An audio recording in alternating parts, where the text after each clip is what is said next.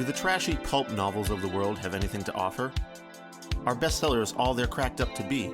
Here at Terrible Book Club, we explore whether you really can judge a book by its cover, or its ridiculous synopsis. You ever passed a book and thought, ugh, who's reading this? We probably are.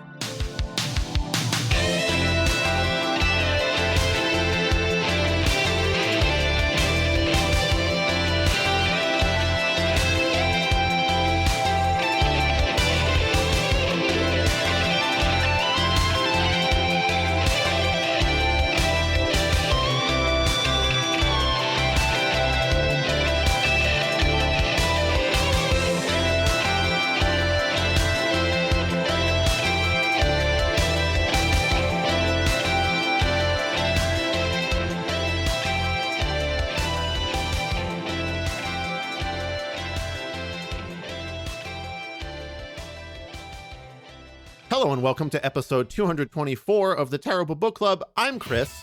This is Paris. Hello. And this is Phoebe. Hi. And this is Kami. Hello. We have special guests on board today. A 4-person TBC that only usually happens when we're crossing over with the Antiques Freaks.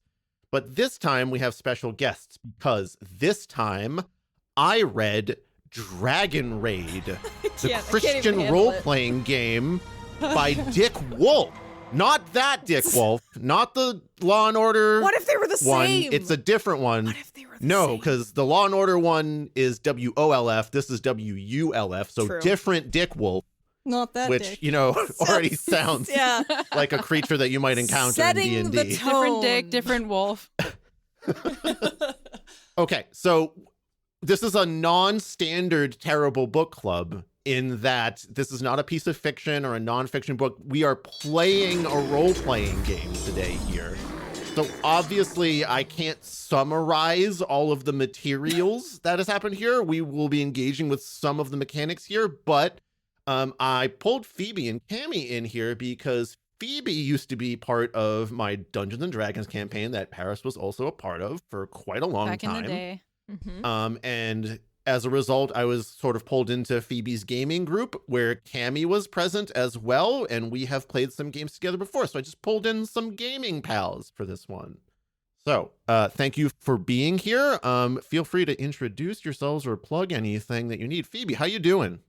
Good. I'm excited to be here, excited to play this game that is supposedly going to be really frustrating for me because you know how I feel about rules, and I'm curious to find out what that means. Okay. Yeah. I could be wrong. You know, I could just be prejudging you, which is not very Christian, I think. Or is it? Is it extremely Christian, as we will find here? Kami, how are you doing? I am doing great. Besides that, I spilled noodles right before this and had to clean them up off. Oh, that's a tragedy. Spilled noodles? Mm-hmm. I'm sorry. It was for your terrible. loss. Also very unchristian to spill your Yeah. noodles. I think noodles in general might kind of be anti. I think there's some in the Bible, I'm sure, about no noodles. Biblical noodles. I just wanted to detour, let everyone introduce themselves. So now that we're all comfy here, like I said, we are playing DragonRaid, the Christian role-playing game. So the book was a lit RPG, or No, Okay. this is straight up like it. Okay, so I'm going to get into this now because I was going to get into it later. It is attempting to be very D&D-like in that it has like multiple books for you to purchase to be it. Like there's the Adventure Master Guide and there's the Player's Handbook. There's no monster manual. There's just another thing called the Rule Book, which is distinct from the Player's Handbook and the Adventure Master Manual. It was honestly extremely confusing and hard to find where a specific rule or way to play might be. There is much overlap between all three of them. And even sometimes when I was trying to find a specific thing, it was hard to know exactly in which book it was in. So as I am running this game, you will see me furiously flipping through various PDFs trying to figure out where the fuck that rule was. I don't know. I wonder, supposed to be is this supposed to mimic going perhaps the books of the Christian faith? Many and I don't think so. confusing with different translations. I think it's just a really poor understanding of how you're supposed to Yes. lay out tabletop RPGs. Anyway, this whole enterprise here was suggested by our patron Austin in the TBC Patreon chat. Thank you, Austin. Thank who you. said, Wait, oh my God, I almost forgot about this find after looking up Christian fantasy media after some episode where we did that. This is an absolute rabbit hole. Back in the day during the 80s, there was a guy literally named Dick Wulf, not to be confused with the Law & Order producer and writer Dick Wulf, who made a Christian version of D&D called DragonRaid. There's very little documentation online about what the game system was like, but it did exist, and from what I can gather, there was some sort of mechanic involving casting spells by reciting Bible verses. Cut to like 2020, some 40 years later, some Christian company approaches Dick Wulf to buy the intellectual rights to his fantasy world so they can rebrand as LightRaider, the new Christian fantasy RPG sensation, for the low, low price of $57.99. And to build hype as they were creating the actual system, they created LightRaider Academy, a trilogy of YA novels. We are not playing the LightRaider rebranding. I went and found the original 1984 publishings of the DragonRaid system on Scribd.com, because that's the place where just old PDFs and uploads of scans of random shit go to die. That's where Scribdano. Yeah. Scribdano helped you out, his twin brother. Scribando, the wizard of shit. This is TBC. Laura, Kami, and Phoebe are just confused as fuck over here. Don't worry about it. So, Phoebe and Kami, if we just start referencing weird shit, that's from our backlog of 223 episodes previous. So just let it wash over you, honestly. Gotcha. Fine. Okay. If this is your first time listening to the show, or perhaps being on the show, what we do here at Terrible Book Club is read books that we assume will be bad based on their cover, title, summary, or some combination of the three. Sometimes, like today, we read books that our patrons, listeners, or friends recommend. So we do the opposite of what most people do in a bookstore or while they're browsing the internet. Usually this experiment results in a disappointing read, but once in a while we end up liking the book. In addition to our usual barnyard language, you can cuss and swear on this, even though it's a Christian episode. That's what barnyard language means. Yes. Today's episode includes discussion or mention of high levels of the toxic side of Christianity, so prepare yourselves. Bring it. Okay. So I'm going to, like, usually at this point I read like a back of the book summary, which is, you know, something that you find on Amazon, or like when you turn over the book in the bookstore to try to pull you in. That wasn't really possible because all of the PDFs didn't have a back cover, and there's not really an Amazon page for any of this. And even like the rebranded LightRaider page doesn't have a fantastically accurate, good description. So I went and found an old description that was uploaded to a page called the Lamb's Bride Project, which was like sort of the organization that cooked this whole thing up with Dick Wulf. I don't like that name. I don't know. Something about that name is right. Don't like it. Nope, not a great name. My lambs are not getting married. I don't like it. Yeah. No. So this is the description on lambsbride.org/dragonraid.html. Okay. DragonRaid is a youth discipleship program in game form for 3 to 6 kids with a leader running the roleplay, superior in Bible memorization and application, and also role-playing beats texting and tweeting, gives actual practice in Christian behavior. So we're the children. Got it. Yep. DragonRaid came out in 1984. It was designed by Dick Wulf, the director of the Lamb's Bride Project. Thousands of young people left games like Dungeons & Dragons that taught ungodly values, and many of those accepted Jesus Christ as their savior. 28 years later, it is still available at the 1984 price. This is an excellent and immensely enjoyable way for a parent to disciple their kids, or an adult to disciple 3 to 6 young people. Kids memorize 50 to 100 Bible verses / passages, or up to 100 words long per year. Built into the game is Christian community and interdependence. There is probably no better way to understand the advantages of giving up individualistic Christianity than this discipleship game. Okay, Wow. so All right. hopefully All right. you got the Okay. vibes here. Everyone looks perturbed. This is what I signed up for. Yep. Yes, this is, indeed. I tried to sort of set my day up so I was prepared for this. So I started my day by going to a Dungeon Synth matinee to see Fief play, who is one of my absolute all-time favorite, artists in that genre. And I was like, this is great. I was like, fuck, I need to play Christian D&D later. That's all right. I'll just ride this high and it'll be fine. And it's true. It's been okay. It's been all right. I'm ready. I had a good experience. I'm ready to have a mediocre one. This is making me feel like how they'd say like D&D players were like summoning demons in the graveyard. But we're doing the opposite. Mhm. We're summoning Jesus Christ into our hearts. Yep, we're doing it. In the church basement is where we're doing that. He'd be pretty upset if he came back in a church basement. I feel like he'd be like, what the fuck is It's like, this? oh man, it's really musty creepy. down here. Okay. While I'm introducing everyone, let's just get a general sense of everyone's familiarity with Christian stuff. Oh, So, I will start. 12 years education in private Catholic schools, came out atheist as fuck over here. So, didn't really have an effect on me. Paris, how about you? Why don't you remind everyone? yeah, I was regrettably raised French Catholic. So, had to go to church, went to Catholic preschool for a very short period of time. Very early on, I knew this was not for me. So I did not do the catechism or the confirmation or any of that stuff. So I was able to opt out early, and for that I am grateful. Kami, how about you? What's your experience with our Lord Jesus Christ? I was also raised Catholic and was confirmed, but in my defense, they did it when we were really young. But I'd Yeah. love to tell you a quick story about the time I brought a voodoo doll to CCD. And Oh, could you tell the class what CCD is? Because I think people who aren't familiar with Catholicism don't know what that is.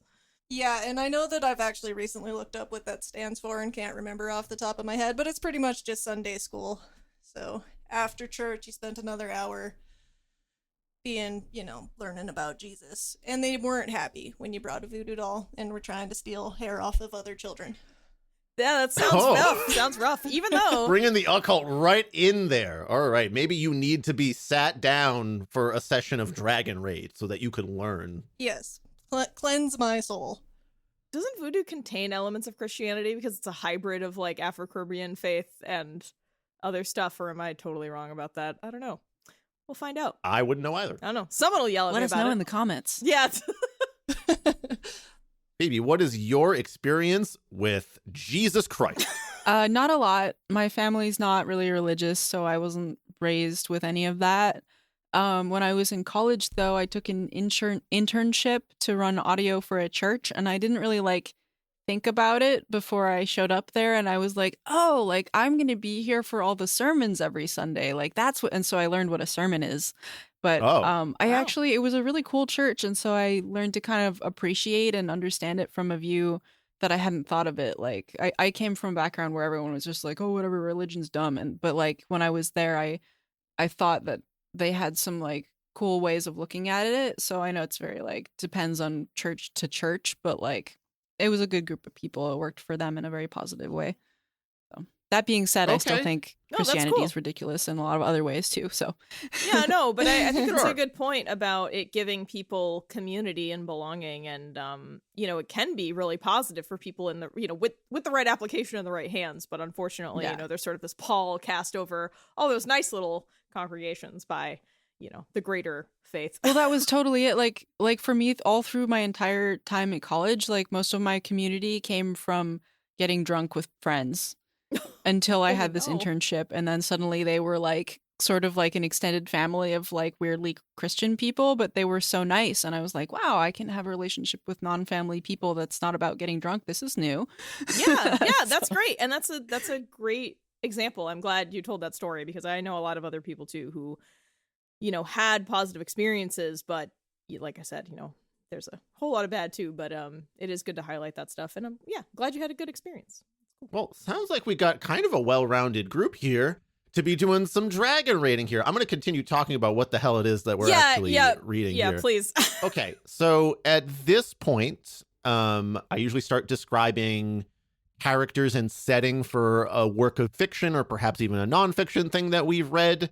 So I'm just going to hit you with the real broad overview of some lore relevant places and people and things. There is some extensive stuff in the player's handbook that gives you some deeper lore. We're not really going to dive too deep because I want to run, there is sort of an introductory adventure that is supposed to be a quick half an hour thing to get you guys used to how the game works, which we will do. And then if we're feeling up for it, we're going to use that 10 Islands of Evil thing and run the first scenario in there.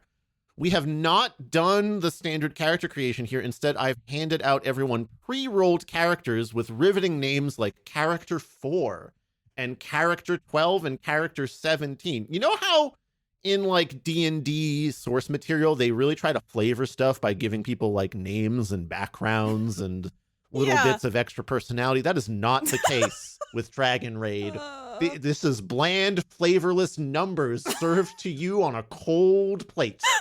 Oh my god, that's like the plate is also styrofoam and somehow cold. Like yes. that's Can we name ourselves? Well, if you want to, but let me like hit you with the characters and setting first, and then you can like vibe to that and perhaps come up with some background. Okay.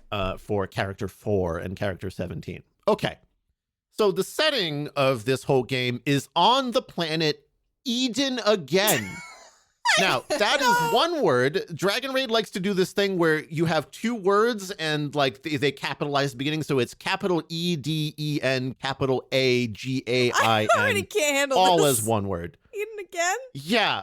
They couldn't have done anything else. That's what they went with. That's where all the brainstorming led. It is like the Garden of Eden, but again. So Eden again seems like a perfectly reasonable planet name to me. Okay. So this is a planet that like I said, I guess is the Garden of Eden again, where the LightRaider Academy seems to be present. That is the academy that all of you will be sort of graduating from as Light Raiders. Got it. But it is also full of dark creatures. And the dark creatures are just like monsters that we deal with. However, I'm going to read to you the description of some of these dark creatures. This was in some of the player handbooks that I did link you guys for. And the interesting thing here is that every dark creature supposedly comes from a planet where all of these creatures are from, and all of the good ones are on that planet, and then all of the ones that are on Eden again are the shitty ones that got banished to Eden again.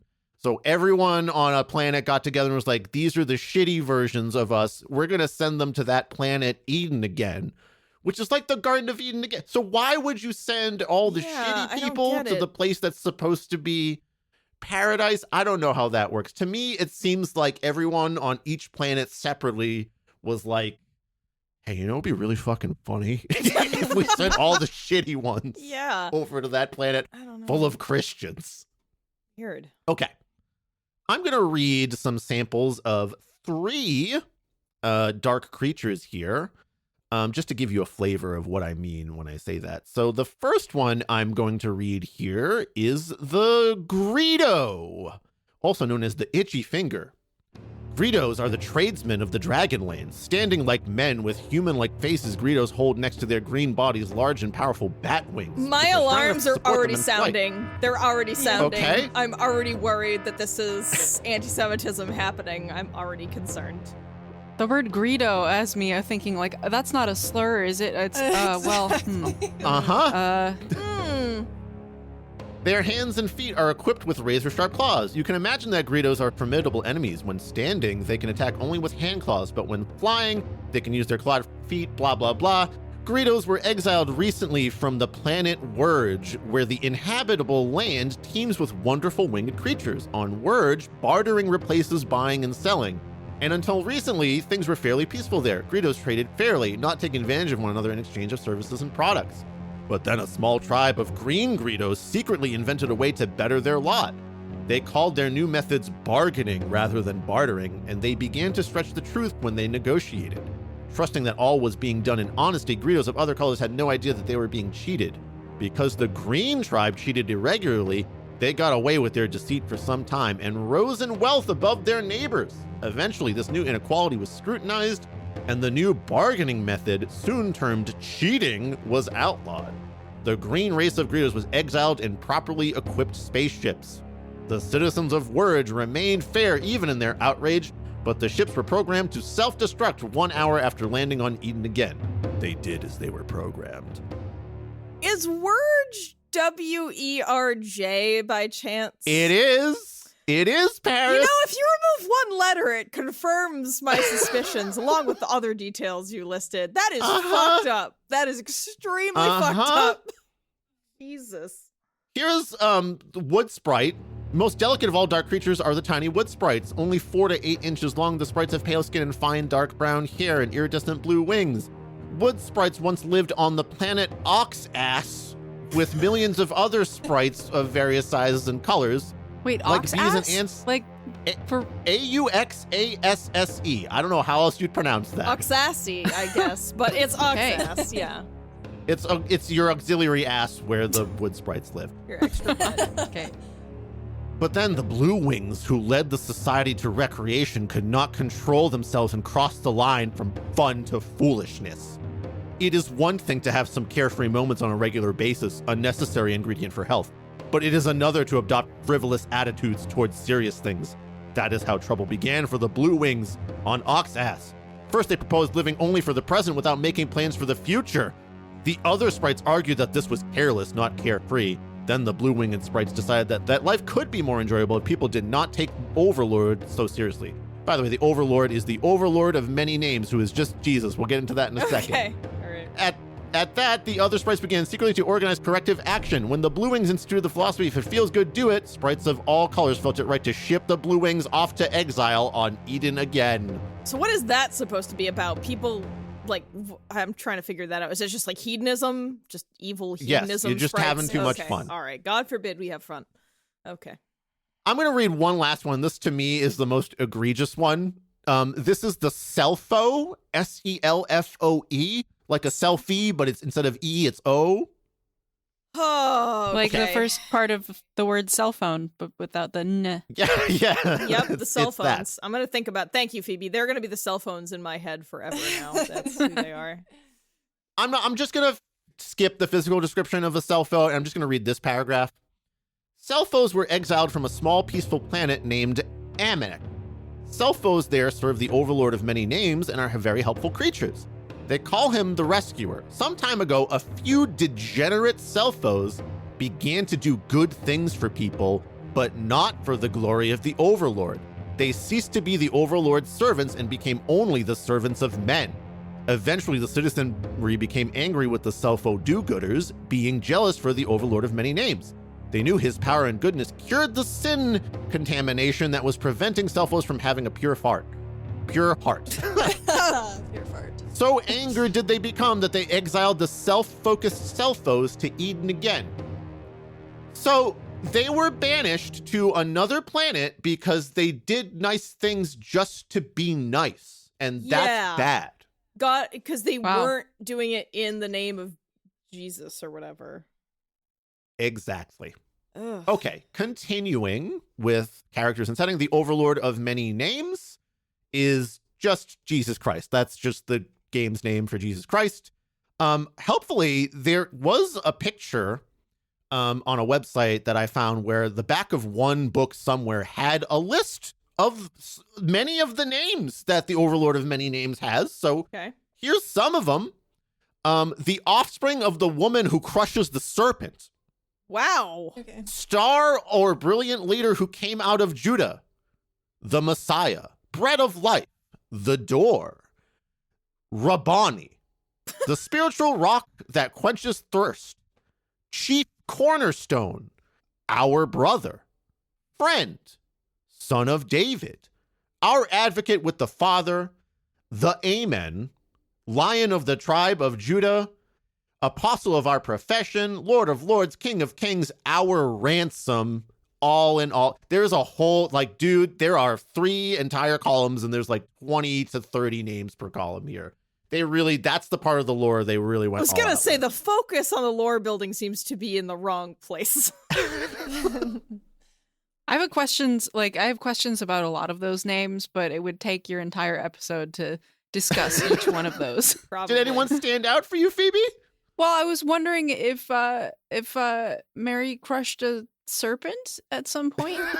I don't remember that I part. don't remember that part either, Well, but- because think about it, in that, if we're going back to sort of hallmarks of the faith here, we've got the evil serpent in the Garden of Eden, and like Mary is supposed to be the holiest or whatever, so it's just like, I don't know, she's It's crusher because she birthed the serpents. baby at the serpent. No, Is that it? No, I wish that was it. I wish she was birthing serpent babies, but alas. No, birthing a baby at the serpent. Right. Right. That's the whole thing. Okay. Continuing Bread with of the life. last little bit. Like I said before, all of y'all are Light Raiders, also known as the Twiceborn. Once again, that is Makes capital sense. TWICE, capital BORN, because you've been reborn in the light of the Overlord of many names. Born again. And you will have to sometimes contend with the Onceborn, also known The as dragon slaves. Once born? That's so... The Onceborn. Oh, God forbid. Only born once. Rats. They are slaves to dragons who are basically just Satan and demons. So like a dragon in this game is, basically comes at you with some anti-Christian thoughts, and you are supposed to refute the anti-Christian thoughts in order to progress your character, I see. which we will encounter. Okay, speaking of, we're about to actually start running a game here with an Okay. introduction adventure at the Castle of the Falls. Okay. So I'm going to start running this, and this kind of like takes you through some of the basic ideas of how to play this game. The basic crux here is that you guys will have a D10. If you don't have a D10 with you, you can just use Google and say roll a D10. I will often be asking you to roll 1 D10 or 2 D10 because there is something called the success grid, which I'm actually going to now post in the Discord chat over here as an image for you guys to check out.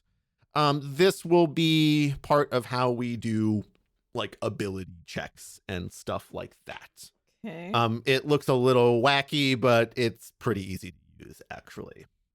Generally, you will have a certain ability score and an ability that I'm checking, and then I will set a difficulty level, and we just look at the cross-section of that, and then you will roll 2 D10 as a percentile. So the first D10 is the tens place of the percentile, the second D10 is the ones place of the percentile, and if you beat the number on the success grid that we have found as the intersection between ability rating and difficulty level, then you will have succeeded in a check.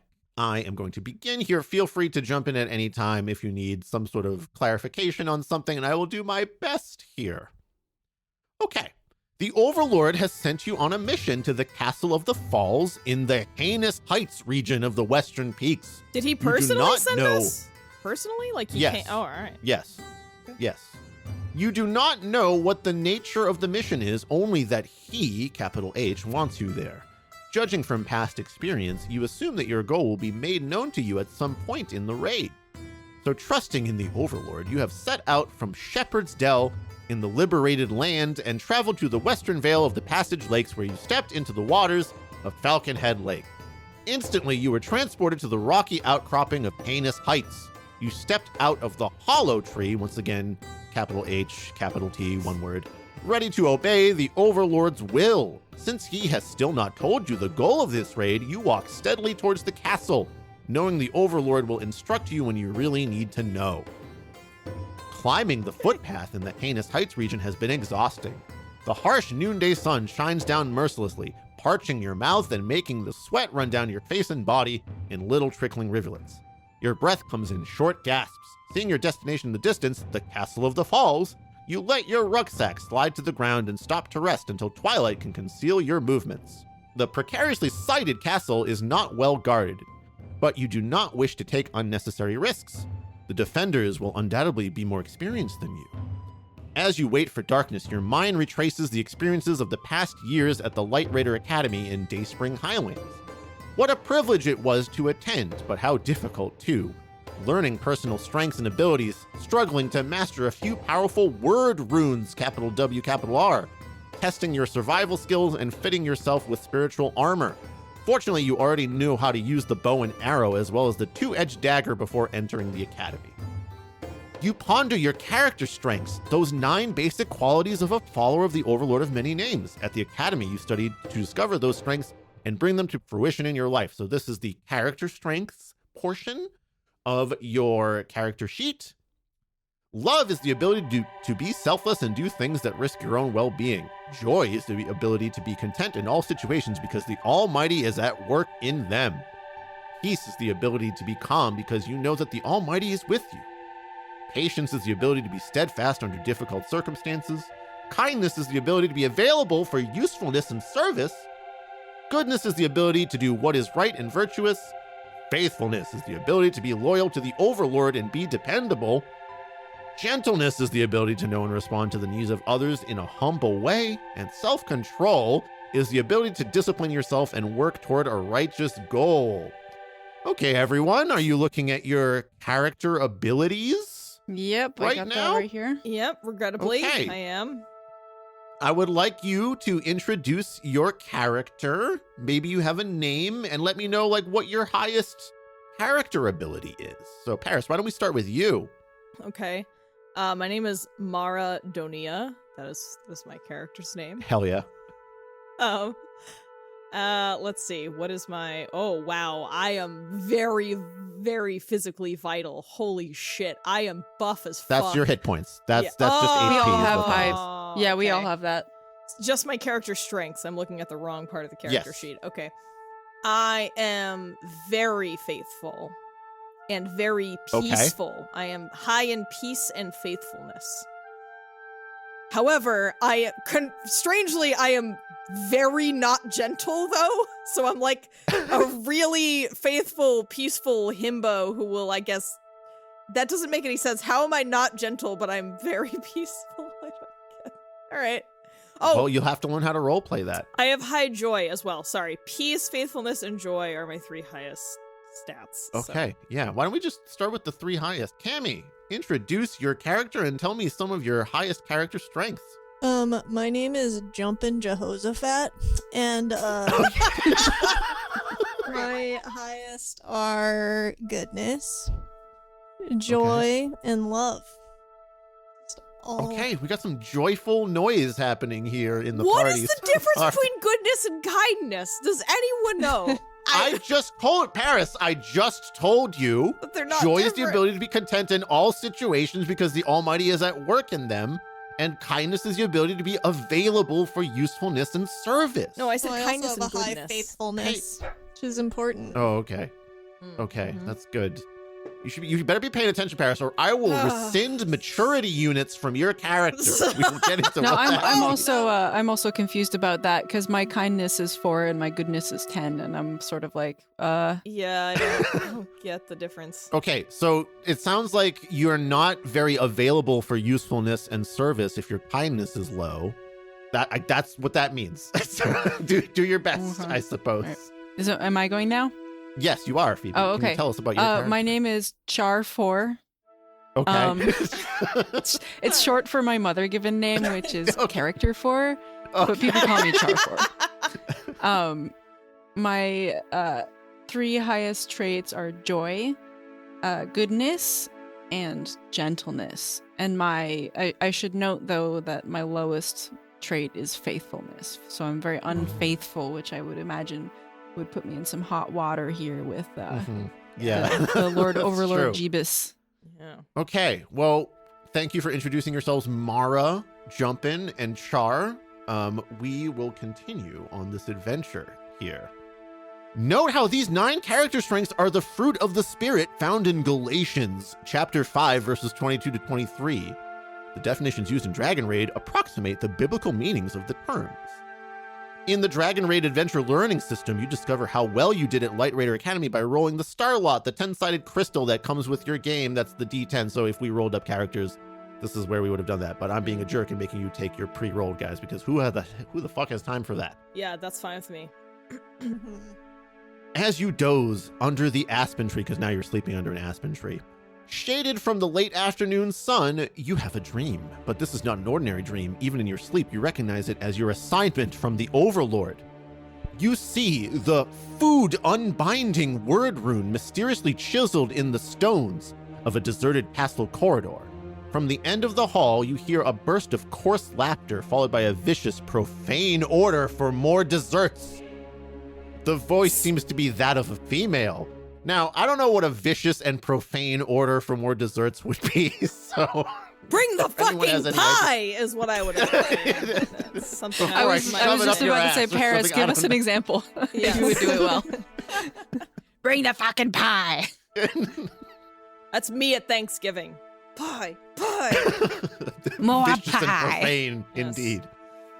So there was a mention here of a word rune, and we've talked about that before. Now, the word rune is basically this game's equivalent of a spell or a character ability.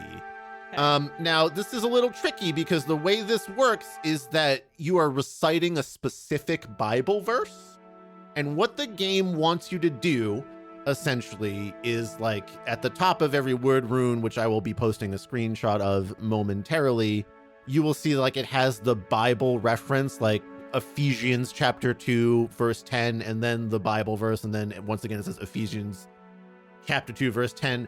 What it wants you to do to cast the word rune, shall we say, is go like Ephesians chapter 2 verse 10. For we are God's workmanship, created in Christ Jesus to do good works, which God prepared in advance for us to do. Ephesians chapter 2 verse 10. And then you will have the effects of whatever the word rune is. All right. Okay. So honestly, I'm thinking now that maybe we just run this adventure, by the way, because that will probably take plenty of time. Yeah, that's fine. The bad part here is that there's, like, I'll be honest with you guys, there's not a ton of engagement for you here. Like, and that's kind of a big problem with a lot of Christianity. the I mean, Dragon Raid. DragonRaid. So, you know, if you're feeling salty about the fact that you don't actually get to do much role playing, then yeah, that's That par did for the occur course to here. me as you were saying that we were walking up the hill towards the castle or whatever. I was like, so when do we get to, he didn't say there's a castle and we say we walk towards it. That didn't happen. He just told us that we're walking up the hill towards the castle already and how we feel about it and what we're doing next. And I'm like, so when are we going to do anything? It's just like Christianity. Yeah. You're told how to act and what to say, and you just do what you're told. Okay, so I have posted some word rune screenshots. These are all the word runes that we will generally need for this adventure. So, you know, when I ask you to perhaps try to say a word rune, look at those. Okay. So you're having this dream that you're in this castle. As you hear someone coming toward you, you duck into an alcove in the stone wall. A young woman passes by, dressed shabbily in a ragged ship, the usual attire of low-caste dragon slaves. She is obviously weary and is weeping. In your dream, you venture out of your hiding place and steal toward the room from which you heard the glutton's curse. Through a crack in the door, you see a fat, dark-haired woman, her eyes filled with greed, devouring a host of delicacies. She is alone in a room lit by candles and hung with tapestries that proclaim this to be the domain of a high-caste dragon slave. You wonder what she has done to be so well rewarded by the dragons.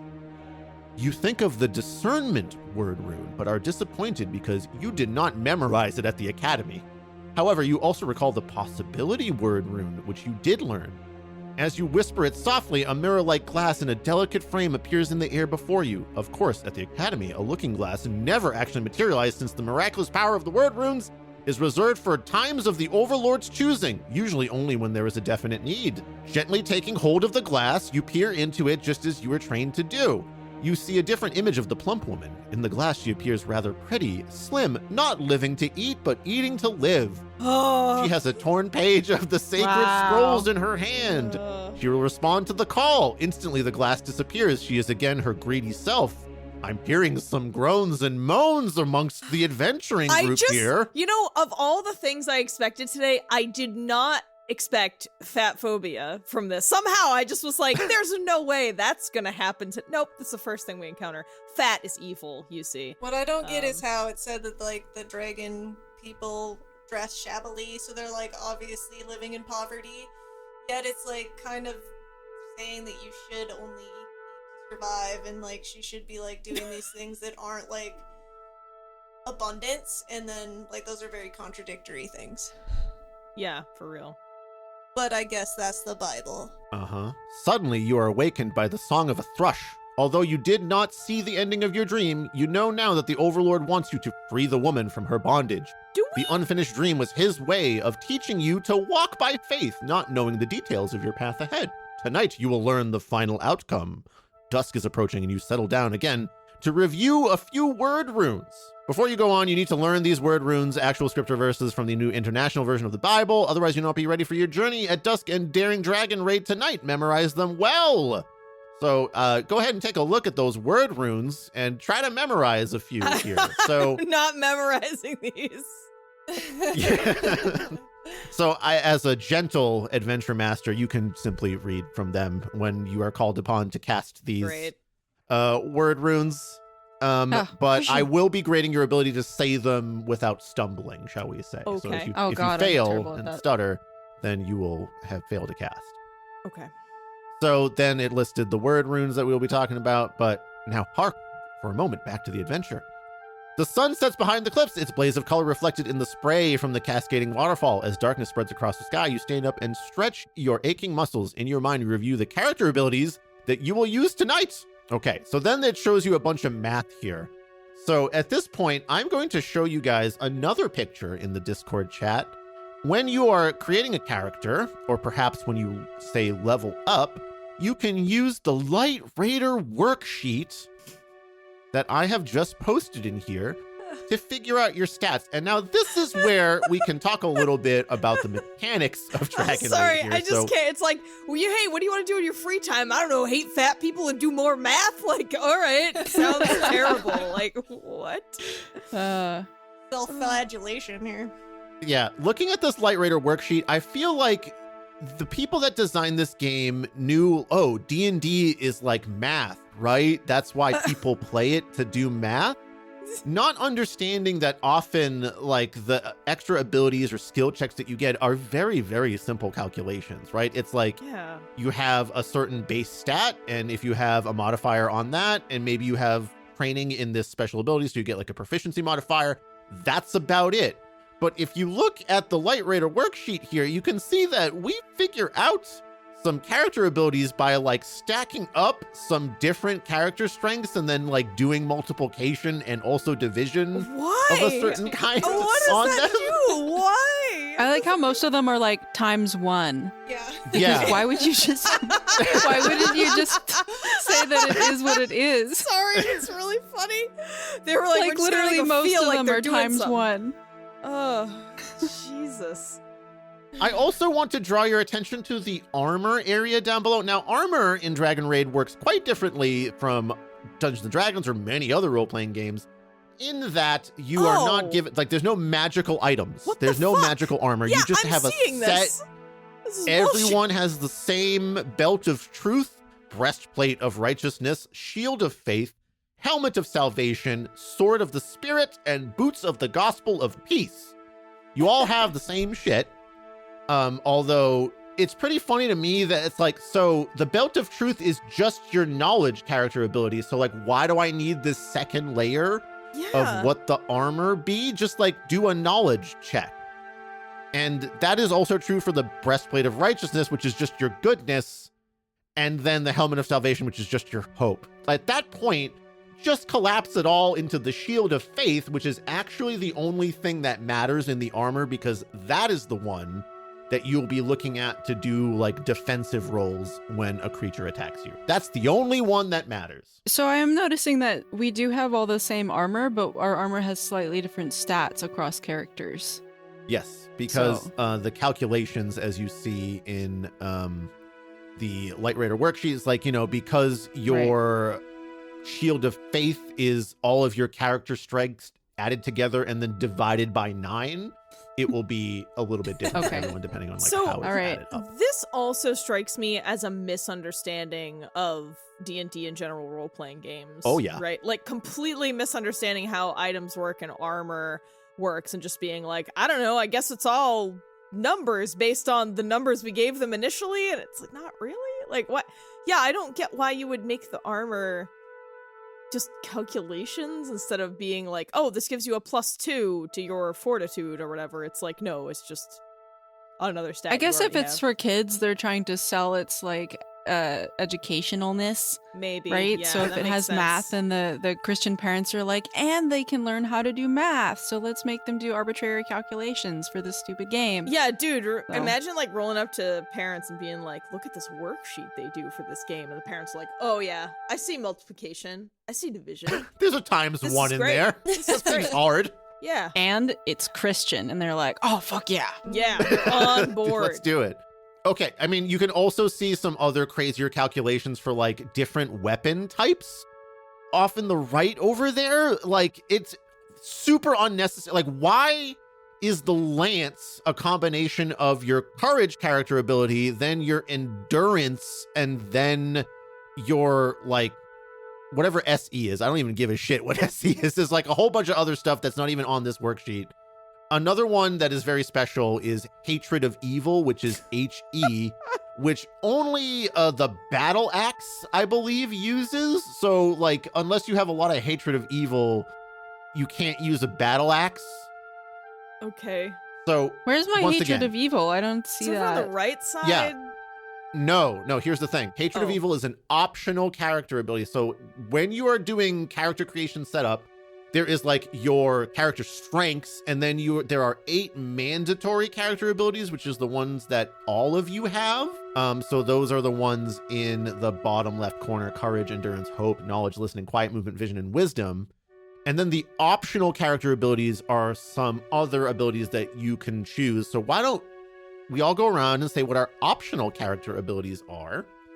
Paris, why don't we start with you? What are your optional character abilities for Mara? I can converse with animals. I hate evil in all right amount, and I can do water movements, which I can't believe isn't just called fucking swimming. But I guess maybe that also includes like water aerobics or something. Like, I don't know, any kind of moving in water. I can also Christian water aerobics, please. Christian water aerobics, a full wetsuit. All right, that's me. Phoebe, how about you? What are some of your optional All character right, abilities? I can sense evil, I can track enemy, and I can water movement as well. Hell Oh, But yeah! it's 4, so Phoebe maybe and I'm only I, good at. We're doing. I'm only a little bit good at water movement, Okay. but I can water movement. I can. We've got a routine, Phoebe and I. We've got a routine. Yeah. It's fine. Kami, can how about squish. you? What are some of Jumpin's optional character abilities? Converse with animals, which doesn't sound very Christian to me. Hatred of evil and sense evil. And Okay. my spidey senses of evil are tingling right now. So Yeah. I see. You saw someone order a pie. I did. And you were like, they were pretty vile. oh about man, it. I'm sensing some evil and I hate it. They I used hate it some so much when potty someone orders a pie. words. I looked at her and I saw that she was fat, so I that knew was that she also was bad, yeah. a sinner. That was quite evil. Yep. Continuing with our adventure. You're off. You follow the path through the rapidly darkening woods and scramble down a steep, gravel-strewn crag. As you enter the river valley, you feel the evening mist on your face and hear the rustling movements of the night animals. The stars are beginning to come out overhead. It would have been a real challenge to get even this far in the daylight, but you wisely chose to travel by night and thus avoid detection by the dragon's patrols. Did you hear that? What was it?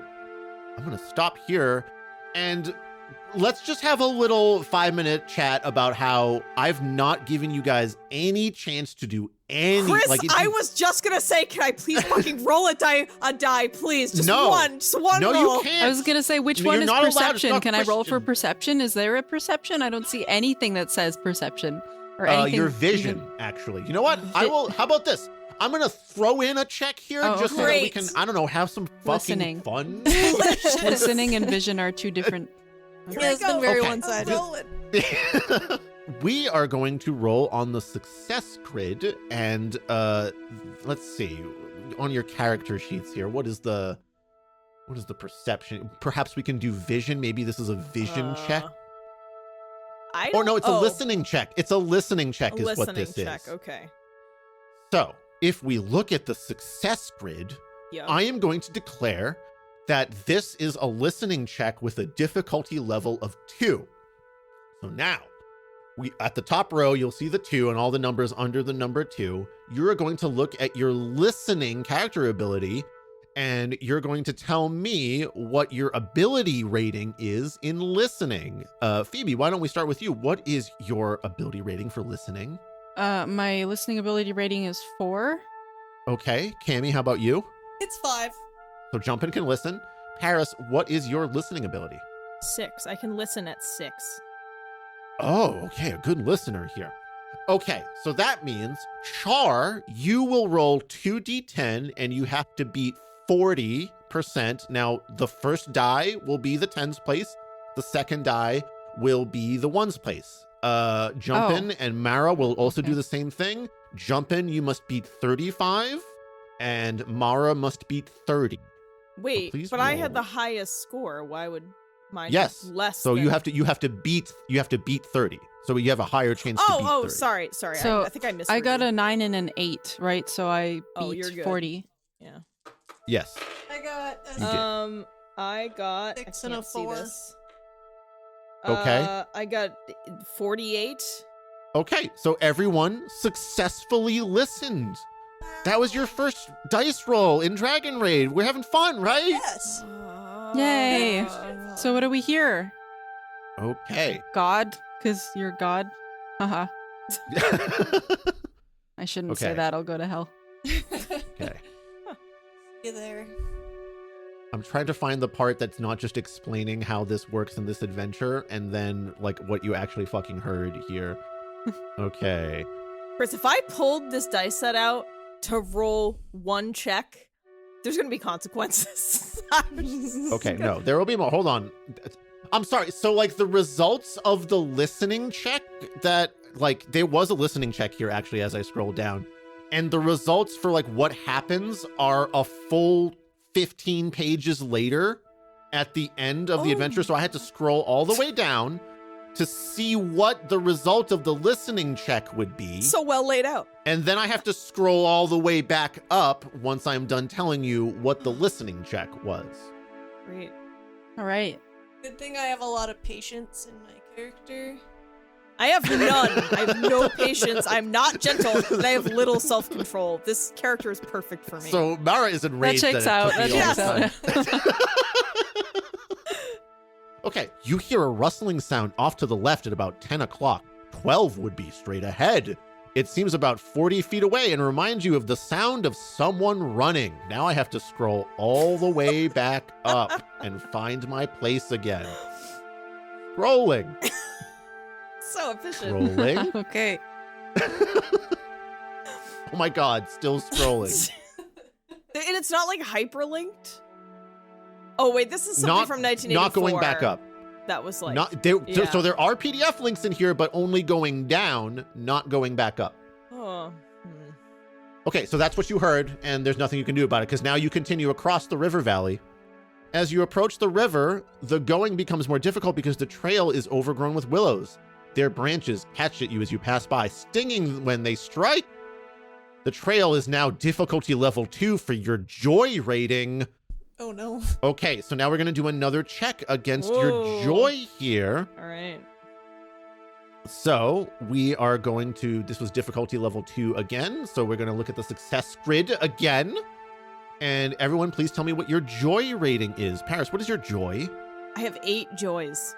I have 8. Oh, many. okay, that's right. This is a very joyful group. Yes. Kami, what is your joy? I too have 8 joys. Okay. What about I have Phoebe? 10 What's your- joys. Oh, Oh, 10, wow. 10 joys. Oh my god. We're like I'm joyful as skipping, fuck. we're like skipping and humming. Yeah. Despite all the brambles that are Yeah. like at your ankles. Okay, so Mara and Jumpin must beat 20 on their percentile rolls, and Char only has to beat a 10. So please roll. That's 60. I got I like how I only have to beat a 10, but we're doing 2d10, right? So I literally Yes. can't lose. yeah, that's Well, true. It's an auto Actually, success. yeah, that's totally true. Yeah, this is an I got auto I got a success. 47, but it doesn't matter. I could roll a 1 and end up. Well, you can't roll a 0, but I could roll Yeah, a because 1 that and would a 1 automatically and I be would 10. still Yeah, so there's literally no succeed. chance No for you to lose failure here. option for me. I rolled Okay. a 90, so I think I'm okay. Wow, so joyful about this. In fact, yeah, as the brambles wrap around my ankle, I'm like, wow, that made a really pretty trail of blood. So great. Reminds me of Jesus and the crown of thorns. Oh wow, I love this. That's great. It's an So acorn of joyful about thorns. that. So grateful. Thank you. He loves me. So if you guys weren't so joyful, you could have used the joyful thanks word rune that was in some of the screenshots that I posted earlier. Just for fun, does anyone want to try to say the joyful thanks word rune while we're here? Perhaps? Whoever is the most joyous should do it. I think that's you, Phoebe, right? Phoebe. Well, I was, I feel like I get penalized for stumbling on my words, and I was thinking that I might have trouble saying the name of the passage itself. Okay. But I'll give it a shot. Somebody else can do it. Yeah, remember, you must declare the passage and then read the passage and then declare the passage again. Joyful thanks word rune. Thessalonians 5:16 to 18a. Be joyful always, pray continually, give thanks in all circumstances, for this is God's will for you. Did I pronounce it right? Yes, Thessalonians. But you say it again. You have to say Thessalonians 5:16 to 18a again. Oh, Thessalonians 5:16 to 18a. Yeah, spelling bee rules for word runes. Well, it's technically 1 my Thessalonians, but Jesus will let it slide this time, Yes. Okay. By saying the joyful thanks word rune, a LightRaider may add 2 to the joy character strength. This lasts for 1 encounter. So, Phoebe, you are now 12 joy. So you are the most joyful out of this group. I am overflowing. In addition to doing this, you have gained 1 maturity unit towards your joy and 1 maturity unit towards your Sword of the Spirit.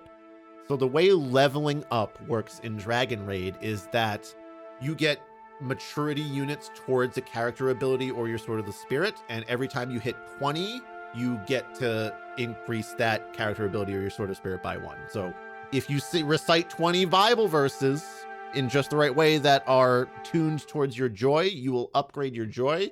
And the Sword of the Spirit is always a part of the word rune as well. So if you say 20 Bible verses, your Sword of the Spirit goes up. So we should probably write this down, right? Because, I mean... I'm not You're ready. not I mean, keeping if track you of want to our- come back later and play more DragonRaid, then I would encourage you to keep track of your maturity units. If you don't... I Oh, because we're definitely... probably not going to meet Tiny. Okay.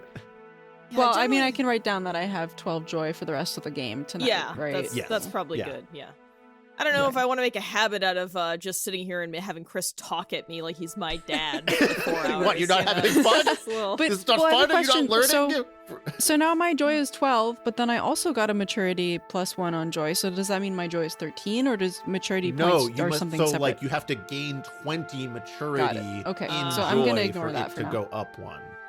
Oh my I'm god, that's confused. brutal. That's so much worse than actual D&D. What if I told you that it is possible to lose maturity units through the course of play and even go down a level Based in your on character if he's ability? full while Wow. reading your... If you don't read correctly. No, so like sometimes a monster, a dark creature, perhaps a self-hole will come at you and be like, "Oh, I'm gonna like feed these orphans just because I think it's a nice thing to do," and then you fall under something called a sin enchantment, and if you fail a check against the sin enchantment, you lose maturity units in the appropriate character ability.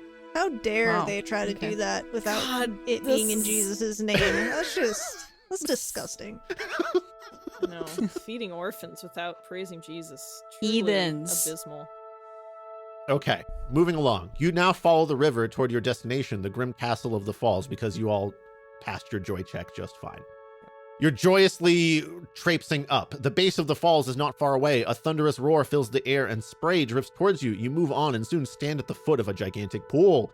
The river plunges down from the cliffs above you, and the rocks, trees, and grass all drip with condensed spray. The moon has come out, and tiny pieces of its pale light dance on the black surface of the pool and shine in the misty air.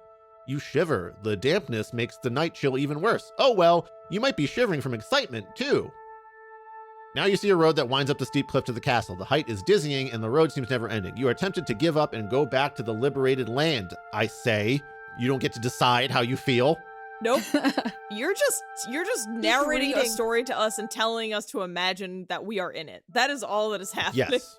So this is a temptation that you must roll against. Is it This pie? a difficulty. I want to fail if Yes, it's actually, you know what? You know what? Actually, You do have thoughts of pie. I'm modifying the thing that's in the adventure manual here. It says this is supposed to be a difficulty level 1 against faithfulness, but I'm changing that. I'm changing that because the pie that you saw in your dream looked so good. It was like dripping with like jam and also chocolate somehow. It was like an insane pie, you know? I don't know if I want to mix Sounds those. gross. Yeah, I don't know. I'm not. So into pie. it's vicious and profane in how much of a delicacy it is. So I'm calling this a difficulty level 7 check my God. against your faithfulness. It's a good ass So pie. please, everyone, tell me what your faithfulness. Wait, Chris, shouldn't is. this be against our self-control? Actually, you know what? You're totally right. I'm gonna give it to you. You know what, Paris? You are awarded a maturity unit against your sword with your sword of the spirit Great. for pointing that out. Okay. Is there anything like inspiration, or is it just immaturity units? It's just maturity units. Oh, God. So what does this mean? So does this mean my sword is 2 now or whatever? No, you also must gain 20 maturity units to upgrade your sword of the spirit. Is there something drier we could call it other than maturity units? You think we could get drier than that? Maturity unit? Chaste, fucking crisped. Yeah, like oh God, I don't even know. Something dry. Okay.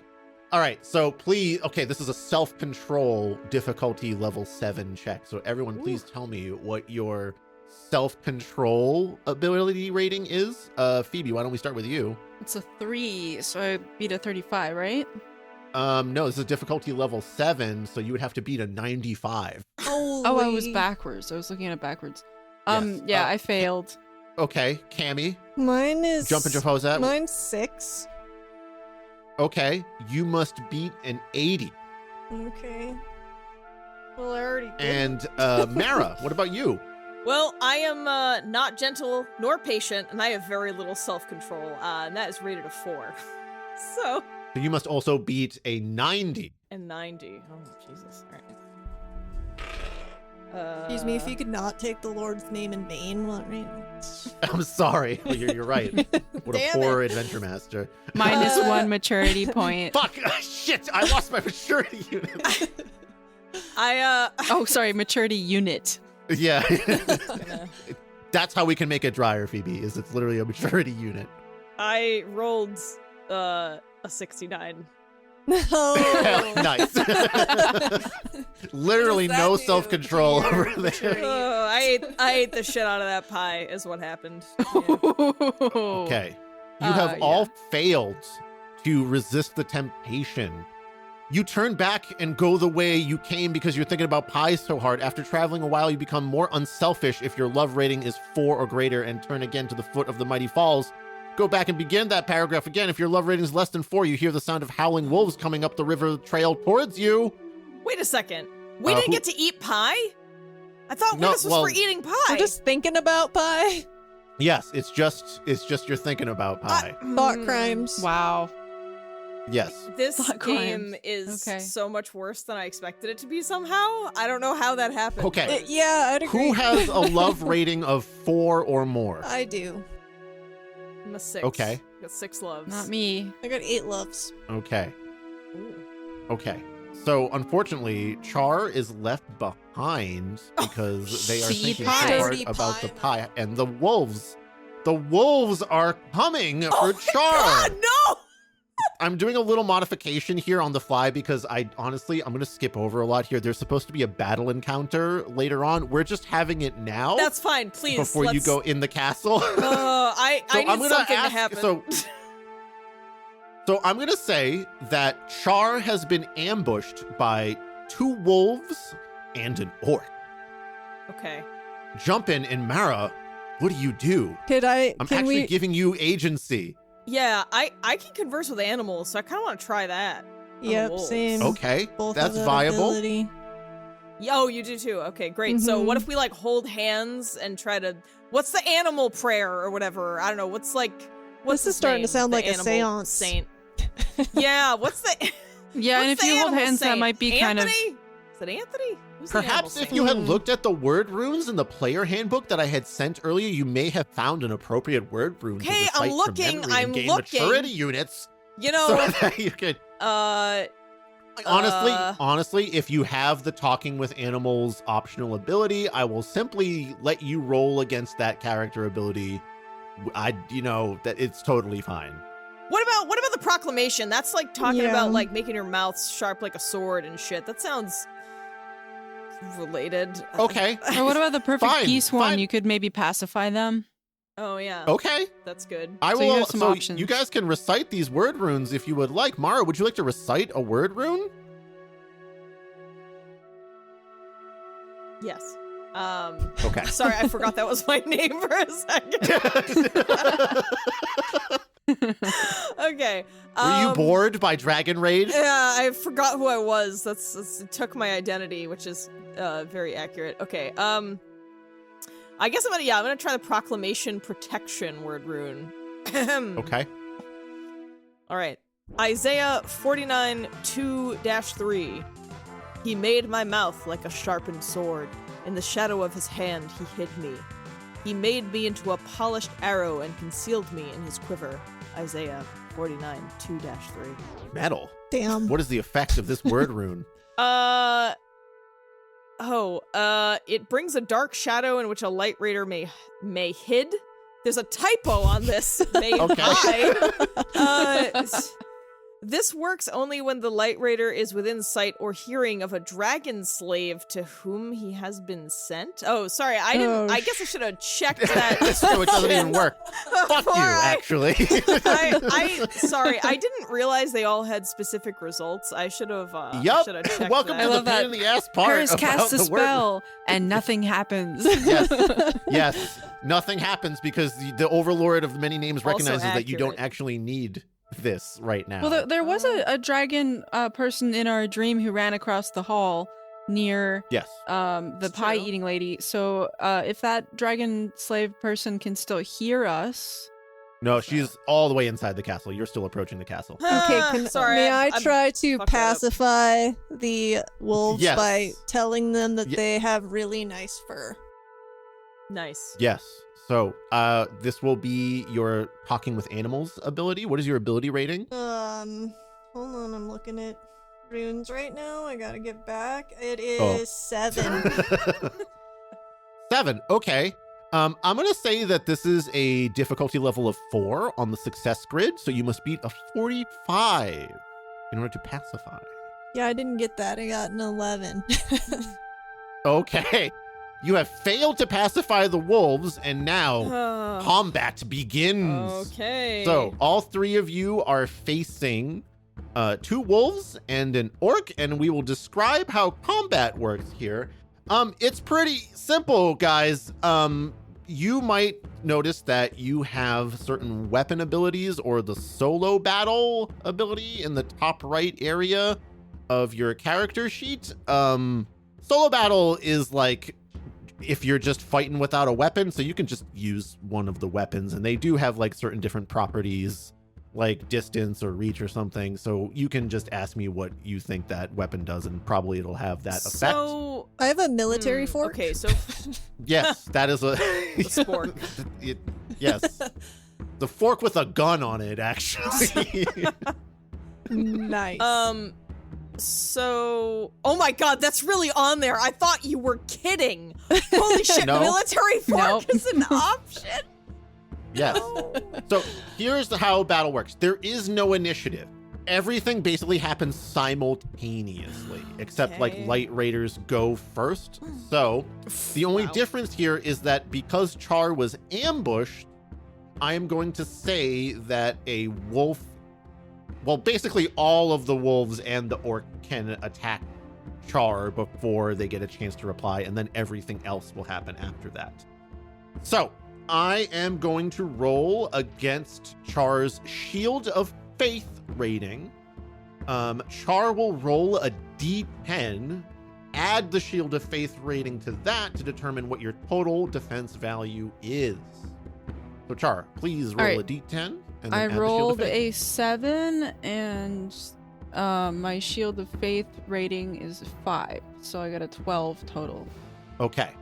Now, the way simultaneous attacks work in DragonRaid is that all 3 creatures will attack you at the same time, and I will roll a d8 for each creature. So in DragonRaid, all evil people and creatures only get a d8, while all player characters get a d10 for all rolls. So naturally, all evil beings have slightly less of a chance to succeed here. Well, we have the Lord's blessing. I mean, it's obvious. Yeah, good Right. always overcomes. Duh.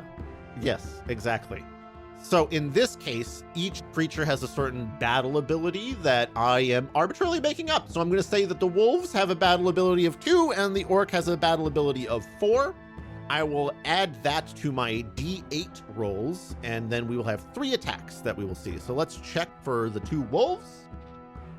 Okay, 5 plus 2 is 7, so 7 for each wolf. And then the orc is 4 plus 8. Wow, highest roll. The orc got you. So the way this is going to work is that I am supposed to take the lowest roll and then like subtract that from the total value of Char's defense rating that they got there. Okay. So we can say that because one wolf rolled a 7, we subtract 7 from 12 and we are left with 5. And then the second wolf attacks. And they obviously, with their 7, can overcome the 5, and so can the orc because your defense points have been depleted. So the second wolf and the orc get to hit you. The wolf will attack with its bite. And this is a legitimate thing in DragonRaid where they say like a bite attack is a d8 but divided in half. So it's like 1 to 4. So What? Why? yes.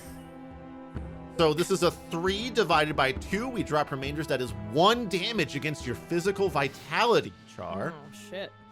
Okay. And then the orc attack, I'm going to say they have a +3 for whatever their damage roll is.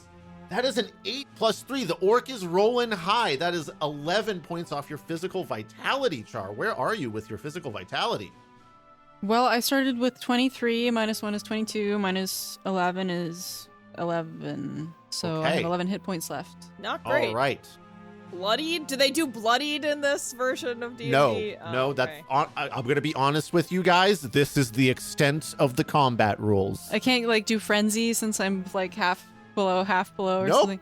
Nope, there's Right. none of that. It's just who do you attack, and are you attacking creatures at the simultaneous time? There are advanced combat rules that we can use, which basically boils down to, do you want to do a critical hit? Oh, So I see. just for fun's sake, we will say that we are enabling critical hits in this sense. Basically, that means if you roll a 9 or a 10 on your hit check with your d10 when you ask to hit a creature, you will roll the same d10 again. If you get a 9 or a 10 again, you do double damage or possibly instant kill. Okay, so now it is everyone's turn simultaneously. There are 3 creatures before you. You can gang up on creatures as they did to Char, or you can do one at a time, depending on how you're attacking. So let's go around the table here. Let's start with Char. Since you got hit first, how would you like to reply? Well, it's kind of hard to know which weapon I should use because when I go to the LightRaider worksheet, it's all the weapons are different abilities plus each other. I would say just refer to the character sheet for your character and just look at the weapon abilities there. Those are your options that you have. And honestly, just pick whichever one you think might have a good property that might help you out in this case, which if you don't know what that is, of course you don't. Yep. I will try to make things work out for you in this case. So what are your weapon Thanks. options? Well, Phoebe? so I mean, I'm not doing a solo battle because I've got my sisters in faith with me. Yes, exactly. And so my best options are flail, which is rated 4, or a sword, Nice. which is rated 3. I feel like logically a sword would make more sense here, but I'm going to use a flail because flails it's are cool. 4. They're cool. I will say that I'm going to give the flail the bonus property of like you can hit multiple creatures that are surrounding you with. Oh, I can just spin around and Yeah, because it, Yeah. I'll it gives whirlwind you them. distance because it's like hanging off the stick. Okay, I'm whatever, gonna so- whirlwind, Yes. flail, swing. So watch out, This ladies. is me homebrewing DragonRaid right now. So Great. here's what you're gonna do. You're gonna roll a d10 and you're gonna add the value next to your flail to it. And I'm going to use the battle ability Ooh, I rolled a 10. Is that an automatic Whoa. success That's a or critical not hit. in this game? So now Critical you're hit? gonna do. Well, we're gonna check to see if you did a critical hit, because here's the critical hit rules: you roll again, and if you get a 9 or a 10 again, it will But- be a critical hit. But I You have you, to double check the DragonRaid. crit. You have to double check the crit. I reject Automatic this. should be. Yeah, that's a bunch of This is heresy. I Double reject check. this. I got a 5. Okay, so even though that makes me mad. You're right. That makes me mad. Fucking I'm was he pissed. right? That sucks. What the fuck? I'm gonna find Dick Wulf. I I'm gonna mean, find God him. willed that I rolled the 10 out of a 10. God gave me that. Yeah. So why are we second Dick guessing? Wulf took it away. Don't you dare to question what the Overlord of Many Names has in store for you, Char. Am I going to dock a maturity unit from you for Oh this my- insolence? No. No, I need my maturity. I care about them for some reason. Dude, this game does nothing but entrench like atheism or agnosticism. Like it does nothing. Like if I were a kid playing this, I'd be like, "Fuck Christianity. This sucks." Like, I just what? Okay, This is so terrible. with your roll of if there's 10, no pie, there's no me. So Yeah. No pie. I know we rolled got, to get we the got pie, and we still didn't shit get the on pie. for thinking about pie. We didn't even get to eat the pie. It's just... Okay, Frustrating. Phoebe, you rolled a 10. Add your flail value to the 10, please. And what do you have? 14 total.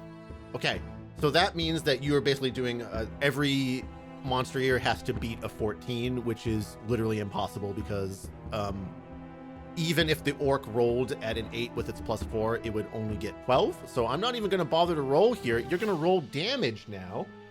Just Okay. roll a d10. I'll let you roll it 3 times and take the highest value because I'm homebrewing a Nice. flail right now. And that will be the damage that is done to all of these creatures.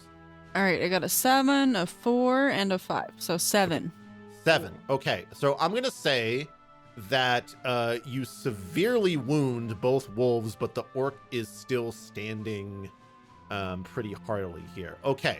How about we move over to Mara? What would you like to do? All right.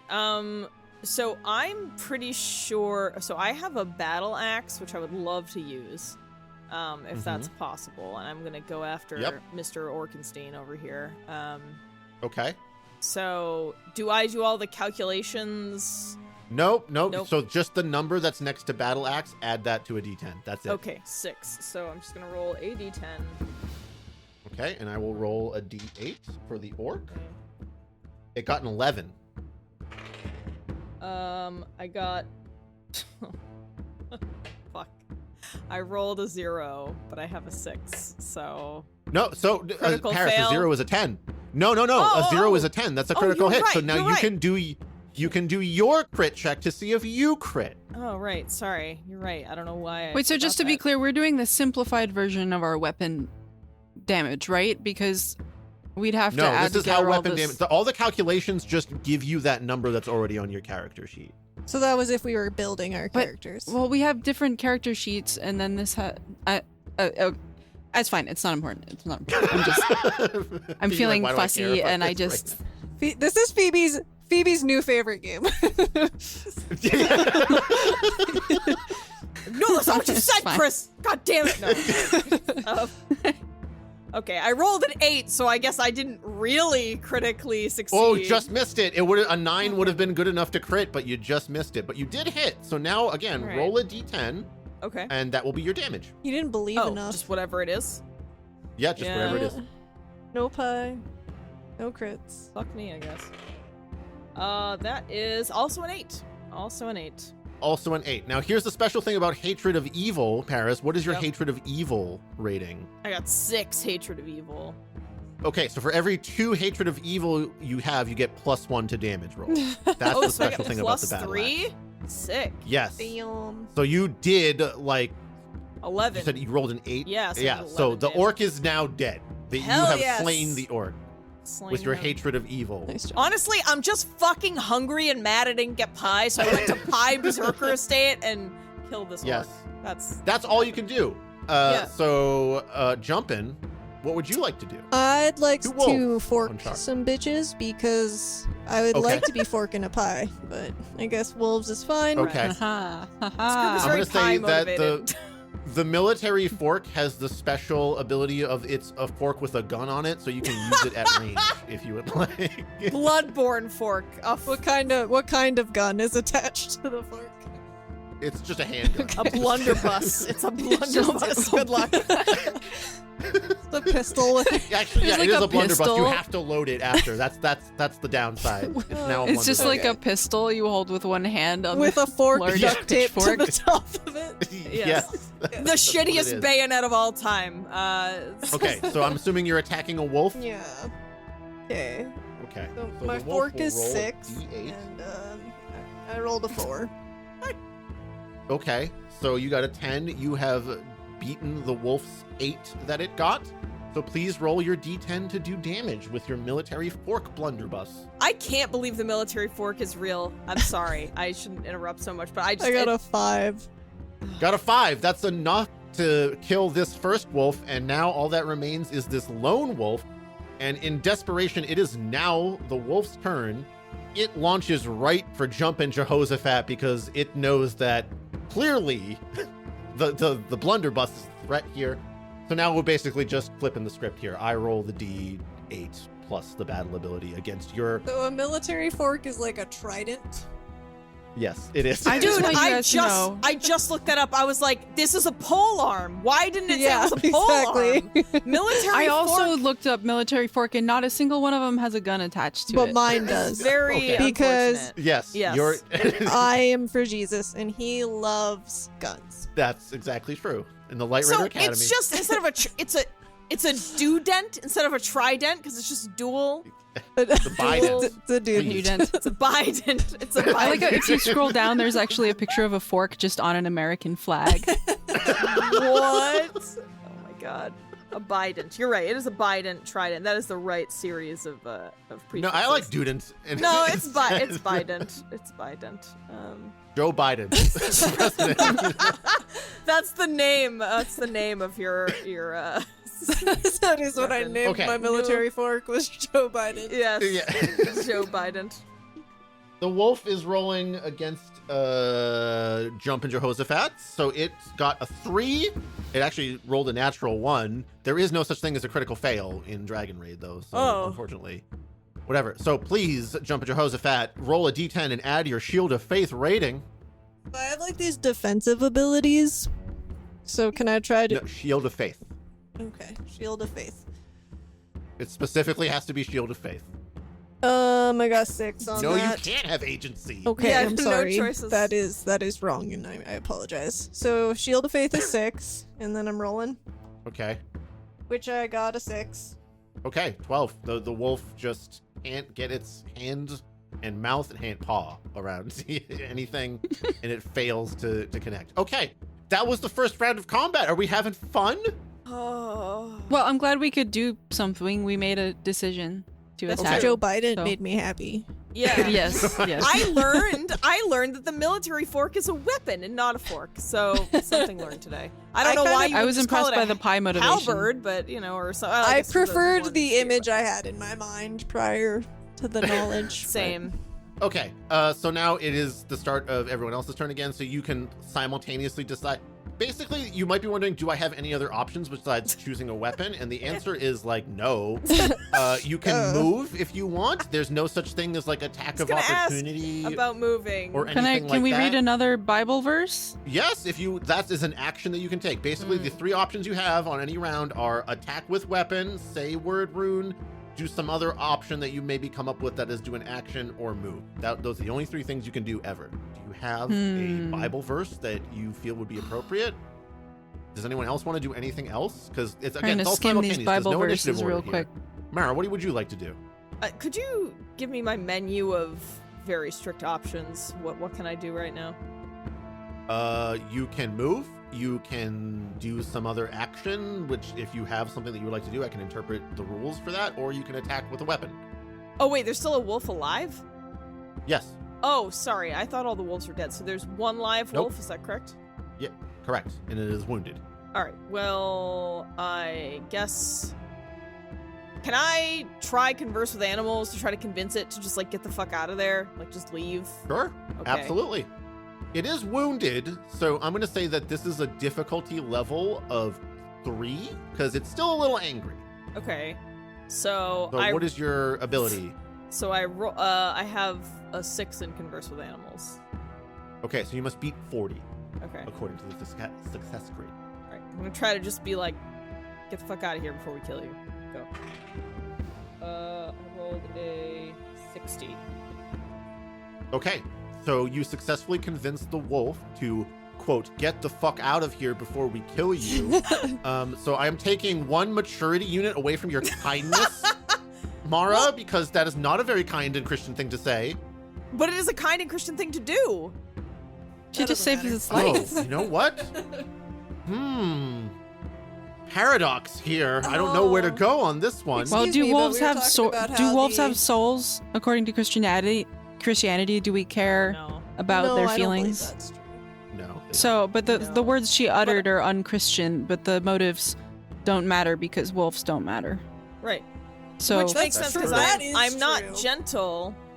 I'm not gentle, but I am peaceful. You're role playing. So I would And dogs don't have I souls, so that's a aggressively good point. Right. So I aggressively saved something. well, I mean, what I mean is the wolf is not considered someone in Christianity. That's So What I if think the she docking does some of the sort maturity unit, penance, the and, docking of the maturity unit asks for makes forgiveness. sense. Phoebe, did you say that it does make sense or it doesn't make sense? Yeah, I would argue that your docking of the maturity unit makes sense. Sorry, Paris. Sorry, Mara. No, no, it's fine. It's fine. Because she did it in an unchristian way, and the nobility of her actions isn't really considered noble because we don't care about wolves, because Christians don't care about animals, right? Right. So actually, I did a bad thing? Question mark. I Yep. don't know. Yes, yes, Yeah. actually. Somehow Char is the most Christian out of all of us, despite not having attended Christian school. And a and faithfulness of one. whatnot. Yeah. Okay, so as a result of that, since you didn't have any maturity units in your kindness, Paris, I'm going to deduct 1 point from your kindness. You've de-leveled your kindness. Wait, but I still have the joy maturity unit I got. Yes, that's a separate Oh. maturity unit for joy only. Jeez. God.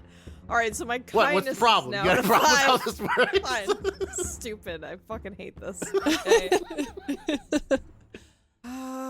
Okay, you've All right. successfully vanquished all the wolves and the Can we orc eat and everything. pie? And he's dead and bleeding. God, do we Definitely get to the getting You know pie what? at some point, Chris? You know what? The orc had pie on him, actually. He had a slice Oh, of the sick. pie. You must all Sick. divide it. It's only 1 slice. How will you divide it? Wait, but we amongst didn't defeat the Oh, orc yet, right? He's just still holding the pie. Yeah, No, I no, he killed died. him a He while died ago. first. I Oh, I'm one-shotted sorry, I him. missed it. yourselves? Yeah. The battle axe. I was distracted by the wolf. There is a single slice of pie in the orc's pocket. It's kind of mushed. Hold up on, what and, flavor? Like I said, it's decadent. It has Oh, like, it's the somehow pie. all It's possible. the pie. Okay. It's Yeah, the pie. the It is pie. like the pie. The one yes, true pie. exactly. It is just a mush of like chocolate and vanilla and jams and pie crusts of all kinds in this orc's pocket. I don't know How if are you I- dividing it amongst yourselves? I don't know if I want that anymore.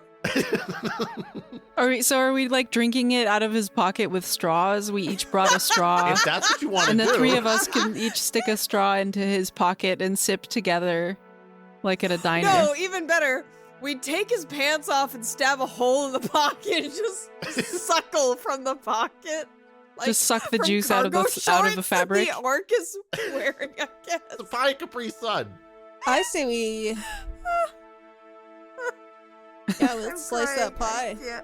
All right, does Stuff all that out the of there. Okay. you know I worry though as a good Christian that indulging in this pie will result in us having some more maturity units docked, and I don't want to be a bad Christian, so I'm interested in abstaining from the pie, although my self-control is 3. So Yeah, I have 4 self-control, so I'm going for that pie, I think. I don't think there's much question about that. There's not even a check involved here. It's simply like, are you eating the pie or not? I'm fucking eating the pie. I fucking want the Pie. pie. I'm gonna have the Okay. pie. Yeah. I've been I'm waiting. suck- suckling the pie pocket. Because it is a sensible portion of pie, it is okay to have, and in fact, it heals 5 physical vitality points for anyone Fantastic. that has Oh. lost physical vitality Wow. points. Awesome. Thanks, God.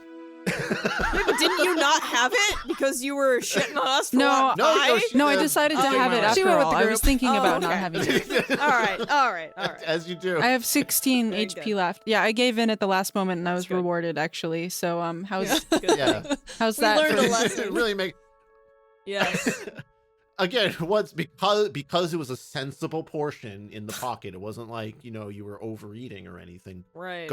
Literally God forbid. Yep. A third a slice of pie is the appropriate amount. Yes. It's like 2 bites of pie. It's like 2 sips So- of pie is 1 serving. Okay, I'm gonna say we're skipping over a lot over here. You guys find your way to the castle after the wolf and pie encounter. Okay. And you are basically making your way down a hallway at this point. It's a stone hallway. It's cold in here. It's a castle. As you round the bend in a corridor, you find that a glimmer of light is emanating from a candle in the golden sconce on the gray rock wall about 50 feet away. Along both sides of the corridor are closed wooden doors. You're quite sure that you do not want to find out what is behind those wooden doors with their small, high windows, so you walk by carefully, just telling bending us down this? so you pass Okay.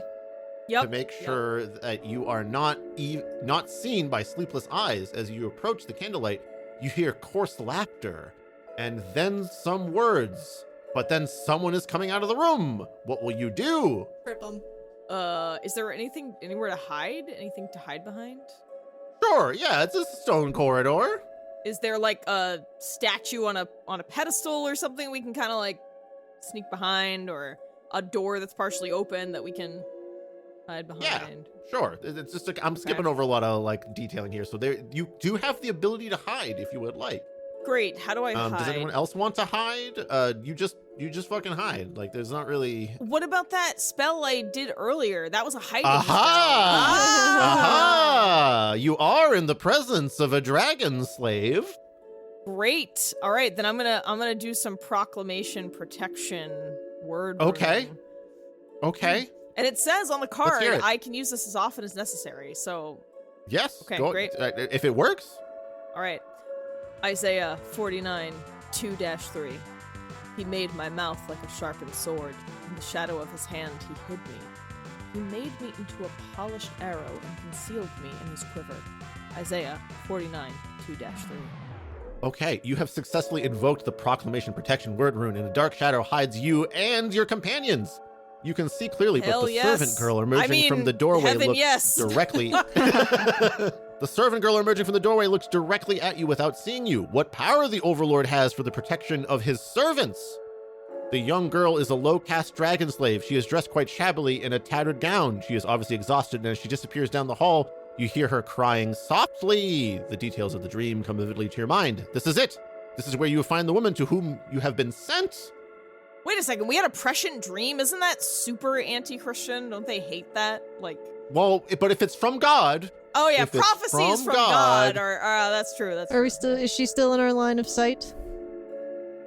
she has turned back into one of the other door that she came out from, Okay. essentially. Phoebe, what were you saying? So there's this word rune that I've been eyeing that I've been trying to understand, and I'm confused about it. The definition of it is the LightRaider who can say from memory the possibility word rune will see a looking glass appear. When he grasps the mirror and looks through it at a dragon slave, he sees what that person could become if he would receive the Overlord into his life. If he looks at a fellow member of the Twiceborn, he will see more clearly That's you how guys, the the Overlord LightRaiders. wishes to use him for good works. So I'm confused. What's a Twiceborn?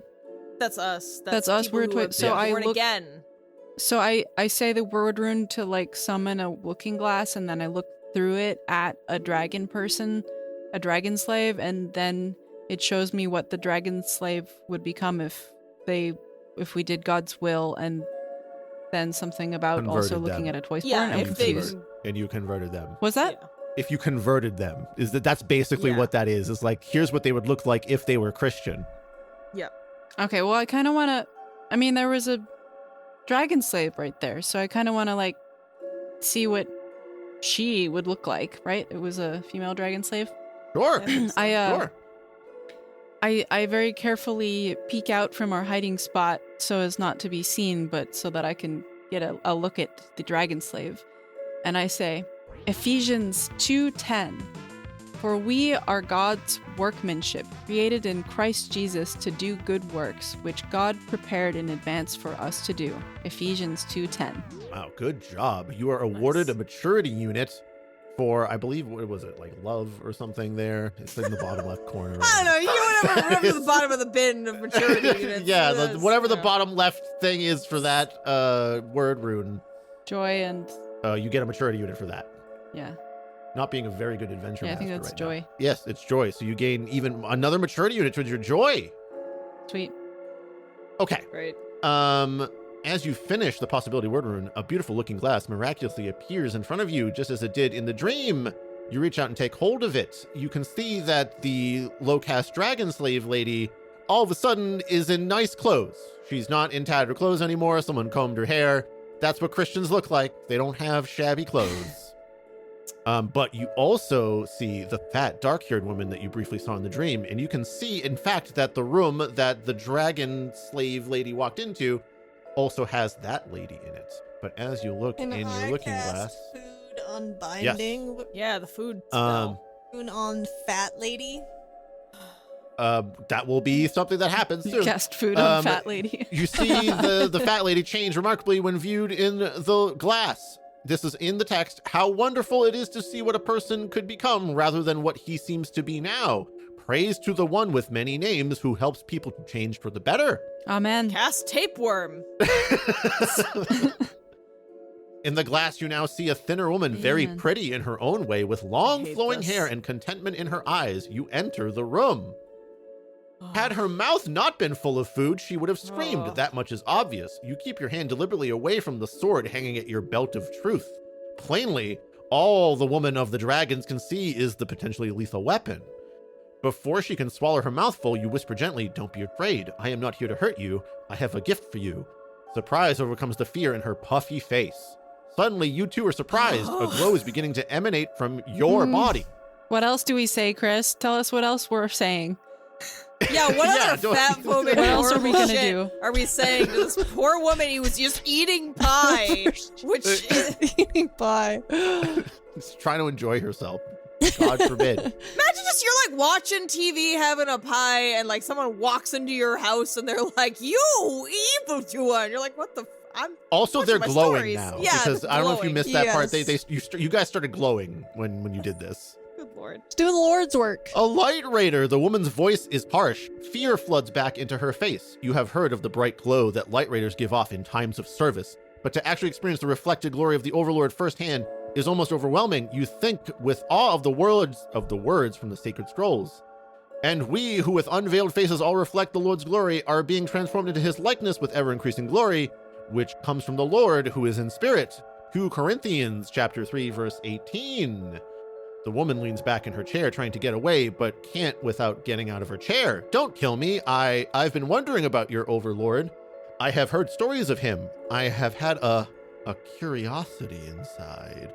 So at this point, yes, indeed, this is where you do the food unbinding word rune. So if anyone would like to recite, I feel like Kami hasn't done much I haven't word done rune reciting. one. So please, this Yeah. is your moment to shine, jump in Jehoshaphat. I'm so scared that I might stutter and ruin everything. Okay. Proverbs 23:20 through 21. Do not join those who drink too much wine or gorge themselves on meat, for drunkards and gluttons become poor, and drowsiness clothes them in rags. Proverbs 23:20 through 21. Wow. Very nice. Very nice. I like how I'm over here like flip to the Bible verse and follow along, and I'm like open it up and read along with Kami. The obese woman replies, "He is Lord, and I believe the story of his great rescue. She is, of course, still overweight, for she has only been given the power to deal with the situation. Power that will help her resist indulgence, but will not Wow. work an immediate outward change. She tells you quietly of an inner glow that she distinctly feels. The two of you share the hug of believers and quickly plan your escape. Chris, I want to kill right just- now. I- I'm full of I think it's rage. important to hear what the result of that spell is, which is the food unbinding word rune. Without error, can set another person free from the desire to overeat. Lesson for children. Yes, indeed. If you just say a Bible verse. Yeah. Wait, turns so out. did I hear you correctly? We're in a hug celebrating our victory, and while we're hugging, we're planning our escape. Yes. Okay, what are we Yes, indeed. escaping Yeah, from if she's that been all makes converted? sense. We gotta get away. Capital H, capital B, the hug of believers is Okay. specifically. Why do we have to escape What, if she's is been happening? converted? What are we escaping Right. Because Yeah, I she's don't- still Well- from? Because she's still gross. fat. Okay. Because Well. we're hugging a fat person, my and we God. cannot deal with it. Oh, apparently. I can't It is- handle this. I'm glad you asked, because at this point, the dragon slave lady, the thin woman that was in her shift, blocks the doorway and is like, "You can't get out now. She's supposed to be eating for the glory of food, and What? just stop there." I'm ad-libbing here right now to end this adventure, because right now I would like to introduce you all to the Great Rescue, which is a fundamental part of most DragonRaid adventures. This is a sequence of basically proselytizing to someone that does not want to be converted. I'm looking for it in my There's a word adventure rune that I master would like to manual. try in this situation if there's an opening. Sorry, I'm still looking for this section because I have to, again, go through 3 different books and try to find which one has the thing about the Great Rescue so that I can take a screenshot of it. But what is the word rune that you would like to try? I wanted the high cast liberation word rune. We're in a castle, right? Yes. Yeah. Yeah, but I think the person we're interacting with now is like a low caste person, but Oh, is she? Yeah, so Oh. I'll be honest with you guys, I skipped over a step in the intro adventure where you have to say the high cast liberation word rune as well as the food unbinding word rune, because I was like, that's stupid. It should just be the one that you do. Mhm. So that was me. I feel like this could have been better.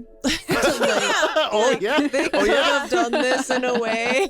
You think? I was trying to modify it on the There's fly. a So lot- this is Christian mythology is interesting. We could have had some fun with this, but Yeah, right. Like, they- you know, they really they made all the wrong choices. Like, just wrong I mean, we could have been selections. out there like using slingshots to fell giants, but instead Right, we're yeah. stopping larger women from eating pie. So Yeah, Yes. right. Or it could have been like, you know, one of the 7 deadly sins or something that we have to go defeat, and then he's eaten so much pie that he's gonna kill himself or something. Yeah, right, yeah. Just just heaven walking forbid that in, you actually fat do something shaming. creative. Just walking in on Just somebody's some lady. dinner and being like, "Stop eating!" Like, what? Why is this an adventure? Why is this in a medieval setting? Why? Like, what? yeah, this should just be someone eating their TV dinner in front of Yep. their. Okay, at this point, I'm going to be sending you guys screenshots in the Discord chat of the sequence that is necessary to do the Great Rescue here. So I would like you to begin. I'm going to send this one at a time here. Chris, it is 8:58 p.m. East Coast time. I require this to be over soon. I'm trying my damnedest, Paris. I know. promise you. I know. I skipped over a lot, man. I appreciate you. Okay, so you are seeing now. So they're giving us instructions, straight up instructions for how to complete the quest. Yes. Oh, Okay. Painful. Nice. So this, again, is the sequence by which you must do a certain set of arguments in order to get people to see the light Oh my God, of the Chris! Overlord. This is the thing they were talking about in the U of U. This is the argument they were referencing. I can't Yes, believe indeed. it. Oh my God. Paris is talking about the UUR, Yes. a book related to the show Severance that was actually released by Apple Books that we did an episode on. So that's some more TBC lore for you. Sorry, okay. these I'm are just the arguments of God. What's his name? You mean Gosh? Yes. Yes. Oh my gosh. What is his gosh darn name? Golly. Golly. It's a philosopher. Remember? I can't. Can you believe give I us can't some remember hints this. about, like, is this someone we would have heard of, maybe? I mean, probably if you've done any. Is it You're Saint not talking Anselm? Pascal, are you? I think it's Saint Anselm. Is it Saint Anselm? Is that right? I don't know. Oh, more people. Anyway, we're work. moving on yeah. into the Great Rescue process here. Oh, there's 4 of them. I'm not gonna download these. I was gonna download them, but now I'm gonna delete that one and just 4 of them. Yeah, just click. Yep. So we just So, you must proceed. No one but the Overlord of Many Names knows who will become members of the Twiceborn, but this lady is going to be one of them. The message is really an invitation to personal relationship of friendship with the Almighty. LightRaiders must go into the Dragonlands and deliver the invitation to dragon slaves like this lady in front of you. So let us begin with the fantastic invitation. 1. The Everlasting Spirit wants friendship with you. A. The Almighty Spirit loves all people of Eden again. B. In all life, there is nothing more wonderful than the friendship of the Creator. And C. The Everlasting Spirit made a personal relationship possible by loving Eden again so very much that he gave up his only son, the Overlord of Many Names, to death. So please, will someone recite the one and only word rune? I was never under the impression that he liked these people. Yeah. Mara, how about you? Sure. John 3:16. For God so loved the world that he gave his one and only Son, that whoever believes in him shall not perish but have eternal life. John 3:16. Amen. Congratulations. The LightRaider who can say the one and only word rune can instill an awareness of the Overlord's great love for the Onceborn. The lady goes, I have instilled with a great awareness of the love of the Overlord of Many Names. Section 2, your sin separates you from the Holy Almighty, and you can do nothing about this except it is a fact and seek a savior. Please, will someone recite the not good enough word rune? Oh my god. sure, I'll do that. Okay. Char, please recite the not good enough word rune. Romans 3:23. For all have sinned and fall short of the glory of God. Romans 3:23. I thought you said ramens, and I almost died. I had to really try hard not to laugh because Did I say think that- Romans? would be I would. Did I follow say that Romans? religion, I yeah, thought that'd I be said fine. Romans. But, no. didn't. I don't think no. It's just sometimes the audio gets slightly interrupted, and it just sounded like ramens, and I was like, "There's no way she fucking said ramens." Don't laugh! Don't laugh! Don't laugh! Ugh. I'm more familiar with Romulans than I am with Ramens, so The LightRaider who can say the not good enough word rune from memory will bring a Onceborn member the awareness that they cannot please the Overlord. The lady in the shift is like, I'm not good enough. I cannot please the Overlord. He wants some pleasing. Section 3. The Overlord of Many Names paid the penalty for your sins by dying and by coming back to life to destroy death for those who follow him. Okay, now we need someone to recite the he is good enough word rune. So I feel like this is Jumpin' Jehoshaphat's area. That's me. I'm getting in here. 2 Corinthians 5:21. God made him who had no sin to be sin for us, so that we might become the righteousness of God. 2 Corinthians 5:21. wow. Whoa. I'm really impressed with that one. The though. LightRaider who can say that he is good enough word rune can help a dragon slave know that the Overlord of Many Names can become their savior. The lady in the shift says, the Overlord of Many Names can become my savior. And finally, there is the point 4. If you believe and trust in the Overlord of Many Names and his great rescue, you may confess your sinfulness, repent, and accept the Everlasting Spirit's invitation into his eternal friendship and kingdom. I would like all of you to recite the liberation word rune at the same time to deliver this poor lady in the shift into the light of the Overlord of Many Names. It's Our- another ramens. Ramen. Yeah, let's. Okay. Yeah, Ready? let's ramens. 1, All right. 2, 3. Romans 10:9. 10:9. If you can confess with your mouth Jesus is Lord. Jesus Jesus is Lord, is Lord, and believe in your heart that God raised him from the dead, you that will God be saved. raised him from the dead, Romans you will 10:9. be saved. Romans 10:9.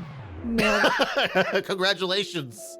The Light Raiders who can say the Liberation Word Rune allows a dragon slave to make a choice to accept or reject what the Overlord has done for them. And the lady in the ship says, I can make a choice to accept or reject what the Overlord has done for me, and I accept. Then, I don't know, like choirs of angels. And Wait, did you skip number Jesus 5? pops in from the side and gives you guys a thumbs there's a up. 5. There's a Chris. 5. There's a 5th step. Oh. I'm sorry. Oh my God. I'm docking myself a maturity unit for this. Okay, then point 5. You can be sure that you are twice-born if you have received the Overlord into your life, and they have accepted this. So I'm going to say that the woman in the shift is going to recite the new rites word rune. Great. We hand her a piece of paper, John. I guess. 1:12. Yet to all who received him, to those who believed in his name, he gave the right to become children of God. John 1:12. This gives the assurance that a dragon slave who has accepted the Overlord is truly a son or daughter of the Almighty, the last step of the Great Liberation. Ow. Fantastic work, everyone. There's like an escape sequence or something, but like, screw that. We're done. That's the adventure. You guys have liberated Wait, that's the whole adventure. a We're woman done? from... We converted Wow. someone Okay. and killed a Yes. wolf and an orc, I guess. Wasn't that satisfying? And suckled some pie. Yeah. At least we got Okay, the pie. everyone. That's only because Chris was nice, not because the game's reasonable. That's true. So I will say that I added a lot. And I cut out some repetitiveness here. Oh, So how's everyone feeling about DragonRaid? Does this compare to D&D? I never want to play this game again. Yeah, I feel like my body's sore and my mind is sad. I had fun because it's this group of people. Yeah, I did But let have me be fun. clear. That fun was because it's this group of people, not because it's this Right. game. Correct. I also have like this insatiable hunger for pie right now. Yeah, I'm sorry, yeah. I've I'm tempted you. also thinking about pie. I'm secretly a dragon slave. We really locked onto There's that pie from the very beginning. Chris was like, Yeah. pie. Anything. And the whole rest of I it, mean, we're like, there's- want that pie.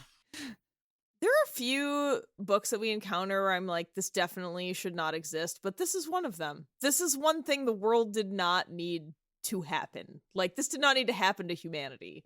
DragonRaid was a mistake.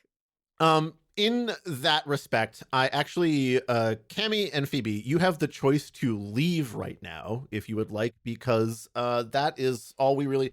There's a section of the show that we do a rubric where we basically grade the book with a series of 5 categories. You can sit here with us if you would like, or you can choose to leave and have a nice remainder of your Saturday instead, because it's like 9 p.m. right now. I think I'm I'm giving going you to the take choice off. I right need now. to spend time with the wife. So do some Okay. sinning, Understandable. you know. Hi, Nolene. My dog's You know, been Lee. sad. I'll let her know you said hi. But thank you for the invitation. This has been very nice. Yeah, thanks everyone. Thank you for suffering for our show. We appreciate I it. had fun. I suffered and I had fun. Oh, yeah. Do you not want to like plug anything? Like, do you want people to know who you are and find you on the internet? If you don't, that's also fine. You can skulk away into the shadows respectfully. No one will judge you. I guess I don't really care that much, but I guess I can just say I make music for ads. So if you're in the sync industry and curious about what I do, my Instagram is at Phoebe Danskin, and it's spelled PHOEBE .DANSKIN. The point is a dot, like a period. Yeah, Thanks, Phoebe does really cool shit. If you've seen like some ads out there, like at If you've all, seen you've TV probably shows, heard a Phoebe joint. Yeah, you've heard Yeah, Phoebe's honestly, music. if you've heard an ad recently, you have probably heard Phoebe's music. Thanks guys. All the cool things. I guess if anybody wants to, they can come follow me on Twitch. Maniacal Pillow. What games are you playing on there? Pillow. I don't know why. I saw your handle as that in the Discord, and I was like, "Oh, that's funny," but I didn't realize that was like your handle. So that's quite good. Yeah, since I was 17. Wow, maniacal. With me. Do you have like probably a Wikipedia page at this point? If you've been going by maniacal pillow for that long. No. Kami, are you going to stream DragonRaid on your Maniacal Pillow Oh tweet? my gosh. Would you guys like to do that? I will I come mean, back and run a I'll- supplementary DragonRaid adventure. I'll do it. I'll get my hood back on. Get my hood back on for that. I mean, I would be down. I do complain about, but that sounds fun. Okay. Happy to Yeah. do some cross promo there. I'm gonna eat pie. The whole time Okay. we'll just Yes. listen to you chewing.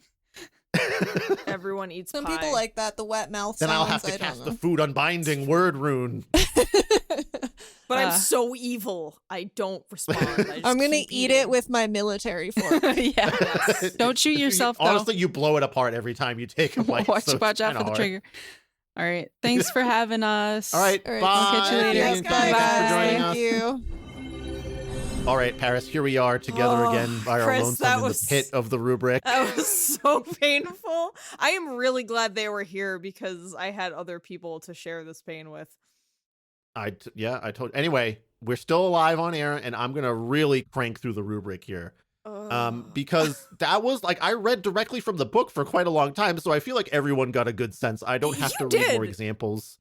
That's true. That's true. Let me just say, like, before anything else, let me say that, you know what? Let's just get into the rubric. Technical construction, it's a -1. The fact that I had to, like, go through multiple different publications, there was the Adventure Master Manual, the Player Handbook, the Rule Book, and then, like, other supplementary things are not laid out coherently at all. That scrolling up and down to, like, see the results of things is heinous in terms of, like, managing a game. So -1 on that. Well, I Now, think, but we usually normally in D&D though, you do have to like bookmark pages and you're flipping around. So I don't know if Sure, it's that different. but not in the sense of like if you have purchased like an adventure, like a pre-written adventure, that you're flipping back and forth between like the results of an action that would just be on the same page if the book is that's giving you true. any guidance. Or on top of that, it would just be at the DM's discretion to figure out and narrate what that would be. But that's not how DragonRaid works. It's very on rails. I mean, D&D does require you to buy multiple books, but Sure.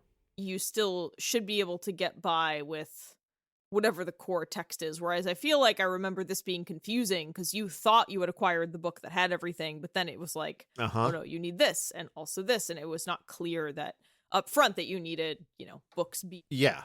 So -1 on technical construction on that front. I'm going to move what we would normally call plot, and we're just going to call just like game mechanics. Yeah, I think that's because I feel like that's relevant. Good. Yeah. This is boring as shit and completely misunderstands It's not a everything about game. why tabletop games are fun. There is no interesting mechanic here. It is just like roll the D10 against the D8 and add an appropriate value that the adventure master determines. But there's like no special, like most of what makes D&D fun is the way character classes interact with the base rules.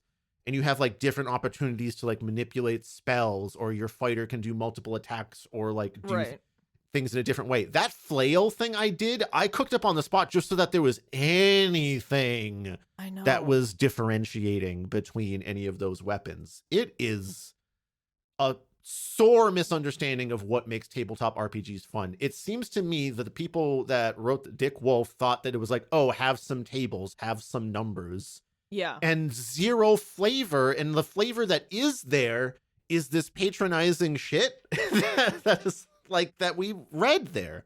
Yeah. Hard -1. He misunderstood tabletop. He was like, the tables are top. I must have many tables. But no, honestly, the experience of this game, it's like mansplaining the game. It's just like a dude telling you what you're doing and not giving you any choices for 2 hours.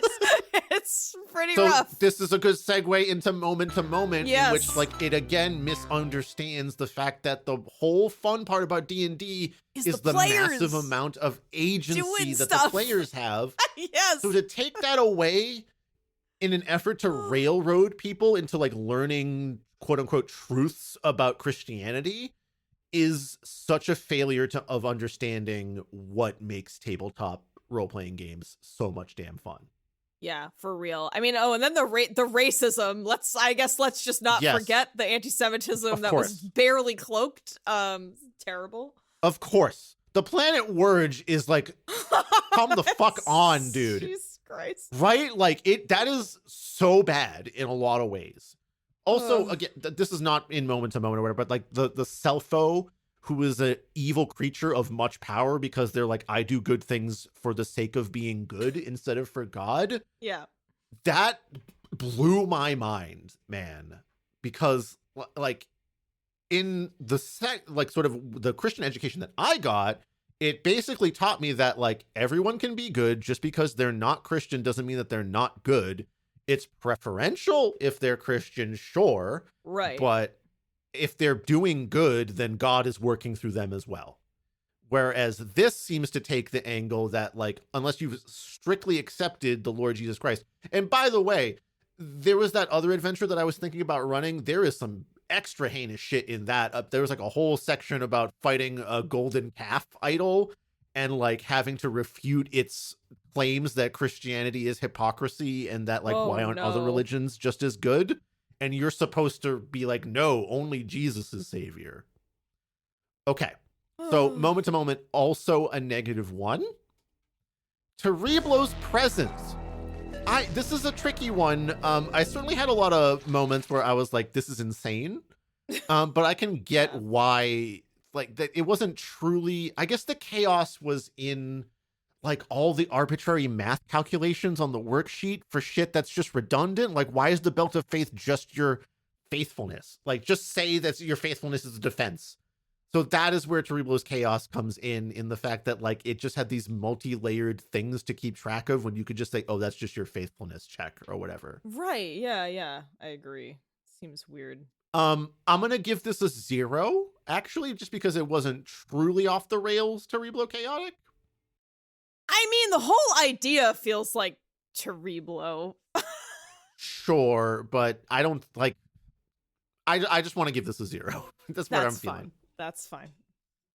Should this exist? Would readers of this genre enjoy? Fuck no. This is the worst tabletop RPG I've ever seen. I mean, would Christians enjoy this? Like, maybe if you've never, okay. I think coming from the perspective of somebody who has never played a role-playing game or is really into Jesus, they might like this. I could see that happening. Sure, if you have absolutely no other experience whatsoever with how good it could be, sure. Right, yeah. It's, your first terrible boyfriend, right? You're like, I love him. And 10 years later, you're like, what the fuck was I thinking? That's DragonRaid, your first boyfriend. Oh, what a comparison. You held hands in 7th grade. That's DragonRaid. No agency, not given any choices, just a guy talking at you for 2 hours. The comparisons are endless. I award they are the you same.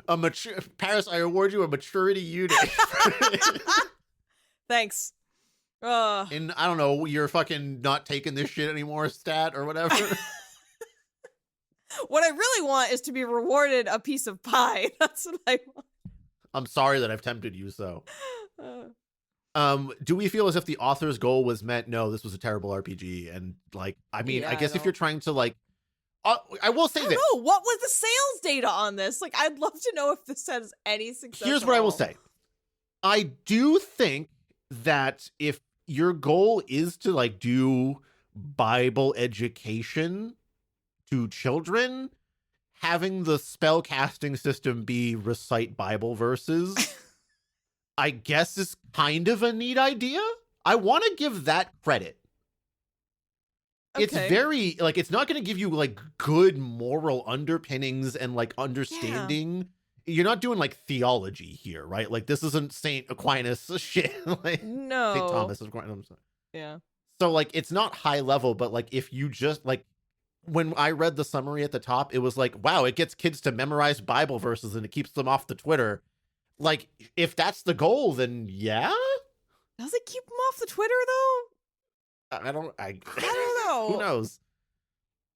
Does it add anything new, interesting, or novel? I guess that one thing that I just mentioned, like reciting Bible verses for spells, there is a better way to do that, I think, in other role-playing games.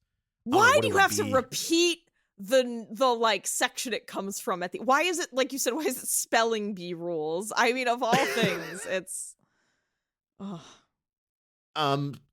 Who knows? That's you really want to make sure you know the citation. It's proper Bible citation. I thought you were a stickler for that kind of stuff. I guess you're right.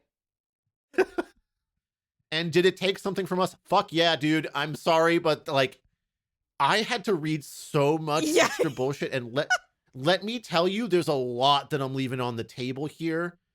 There's a whole section about like managing, game groups and things like that. It basically says railroad them, bro. Railroad them hard. If someone is like going off track and being disruptive, you can ask them to leave the game. Or there's a line that I want to read here. I put this down in my notes because like, that is fun. Oh my God. This is the line from page 102 of the Adventure Master Manual. Usually, public humiliation in front of a group of friends is sufficient to help keep such a player in line. Oh my God, no. That is the attitude here. That is the attitude amongst all of this. So did this take something from me? Yes, in that like I had to read more of this than I even read of like my D&D manuals. At last, you get a taste of what I have endured this season. Oh my God. Oh my God, this was the worst, Paris. This was the absolute worst. So -1 on should this exist. So that's -1 on technical construction, -1 on game mechanics, -1 on gameplay experience, which is moment to moment, 0 on Cerebral's presence, -1 on should this exist, -4 out of 5. I don't know, dude. I feel like Cerebral's presence is -1, but I'm okay leaving it at a -4 if you want to. Actually, you know what? You're right. I deduct a maturity unit from Cerebral's presence and it goes to -1. This is a -5 out of 5. This was the most horrible shit. This was some of the most horrible shit I've had to read for Terrible Book Club. It's like I appreciate the creativity and like, just taking my dislike of Christianity out of it. Like I appreciate the creativity. And I am glad that instead of outright banning something like this, it was like molded to suit this community, I guess, but it's all in service to something that's has a lot of really bad effects on the world. So and it also just sounds like it's, with the anti-Semitism and then also trying to like cow the players into submission, and it like you said, it sucks all the purpose and fun out of role-playing games and just makes you sit and listen to a sermon and recite Bible verses, which is not a game. That's not a game, and it's not fun. So never mind. I tried to think about it for 30 seconds and be like, can I get anything out of this? No, I can't. So the final point in should this exist actually was like, what would we recommend instead of this? And like any tabletop RPG system, it doesn't have to be D&D. It could be Pathfinder. There's other tabletop RPGs that are more story focused and less combat focused. Even there's a simple RPG that I actually played with Phoebe and Kami before called Cairn. That is a pretty great sort of like very simple system that's great for storytelling and a little bit of combat. So if you don't want to dive into the D&D, which has a lot of resources and stuff behind it, go for Cairn. I had a fun with Cairn. Very good, very good. Okay. Can we fix it? No, fuck. I'm not even trying, man. Just like throw the whole thing in the garbage. You could fix it by okay, so 1, remove the anti-Semitism or like any weird racism or misogyny elements, of which, it had quite a few. Focus on biblical tales that are actually adventurous and fun. Like Phoebe made a great point about the whole like David and Goliath. Like that's a great story to do instead, from what I remember. I don't remember that anything horrible was attached to that one, but there's plenty of examples. Like focus on the cool shit, like rescuing people or like, fighting an evil king or whatever, not like keeping people from eating pie. Like, oh my God, just.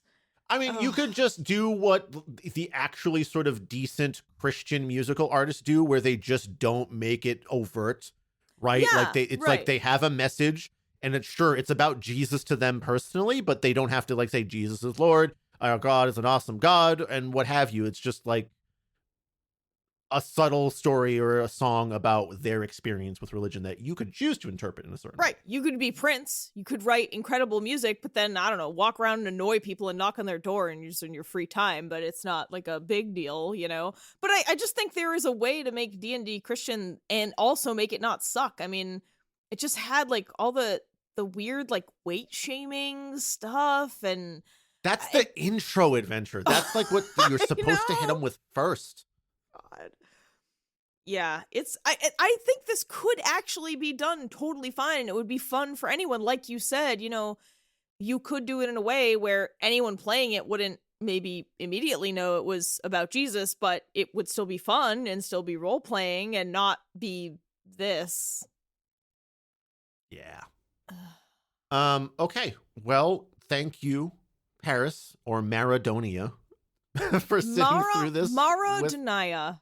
Okay, I see. I'm sorry. But really good character name. Honestly, when Kami was like, "I'm jumping Jehoshaphat," that was really good. That was really fucking good. And Phoebe also with Carafor. I told you they're excellent role players. No, they are really good. I was glad they were here with us. It was a comfort. Okay. Thank you for sitting through that, and thank you for listening to that, especially our patrons and Ko-fi donors, like our Bad Bookworms, Ben, Donnie, Emily, Jakub, Jared, Scott, Will, and Katie M. Our exacting editors like Kieran, David, D, Emmy, Funny Robot with Antennas, Greg, Harry, Seven, Martin, Rupia, Cutie, The Ugly One, Elliot, and Xander. Our Lonesome Librarians, Veronica, Beast Police, Yanka, Luchek, Patricia, Julius, and Of the Void, the taco-eating unicorn of the Hot Springs. And of course, our pesky publishers, Miles, Austin, especially Austin, for recommending this one. Patrick, yeah. Fred, and George. And of course, our Ko-fi donors like Mark, Tracy, our ever-faithful Kiwi Thing, Excavating Lizard, along with Martin F., Brenna, and Matthew, who relieved us of terrible books. If you want some terrible books we've read for the show, you can buy them over on our Ko-fi page. Yay! All right, Paris. That was a long one. I'm off to do the opposite of the food unbinding, where I'm going to bind food to me right now because I have not eaten dinner. Yeah. Here we go, man. Someone better cast that shit on me immediately. Yeah, I'm going to be bound. I made a grilled cheese. That was all I had earlier. And before that, I had tacos. Yeah, I need to eat more food. But hey, I just told the Patreon chat that we played DragonRaid, and that's all I said. Okay. Leave them hanging for 5 months reaction. When they will finally hear this when it comes out. All right, Paris. Well, we're up, and thank you. Goodbye. Oh, LightRaiders away. Thank you for listening to another episode of Terrible Book Club. Terrible Book Club is an independent podcast produced by your hosts, Paris and Chris. Sound design and audio editing by Chris, with sound effects and music by Epidemic Sound and sometimes also Chris. Our theme song is Kiss by Uring, which is, you guessed it, actually also Chris. You can find more of his soothing synthy sounds on Bandcamp at uring.bandcamp.com. Do you want us to review a book of your choice on the show? Do you want access to some extra audio-visual weirdness? If so, become a patron at patreon.com/terriblebookclub. If you'd like to send us a one-time tip instead, you can do that at ko-fi.com/terriblebookclub. You can also support TBC for free by sharing the show on social media, following our accounts on YouTube, Twitter, Instagram, Facebook, or Goodreads, telling your friends about your favorite episode, or by leaving a review on Apple Podcasts, Podchaser, or anywhere else on the internet. To send us book recommendations or your adorable pet photos, send an email to terriblebookclub@gmail.com.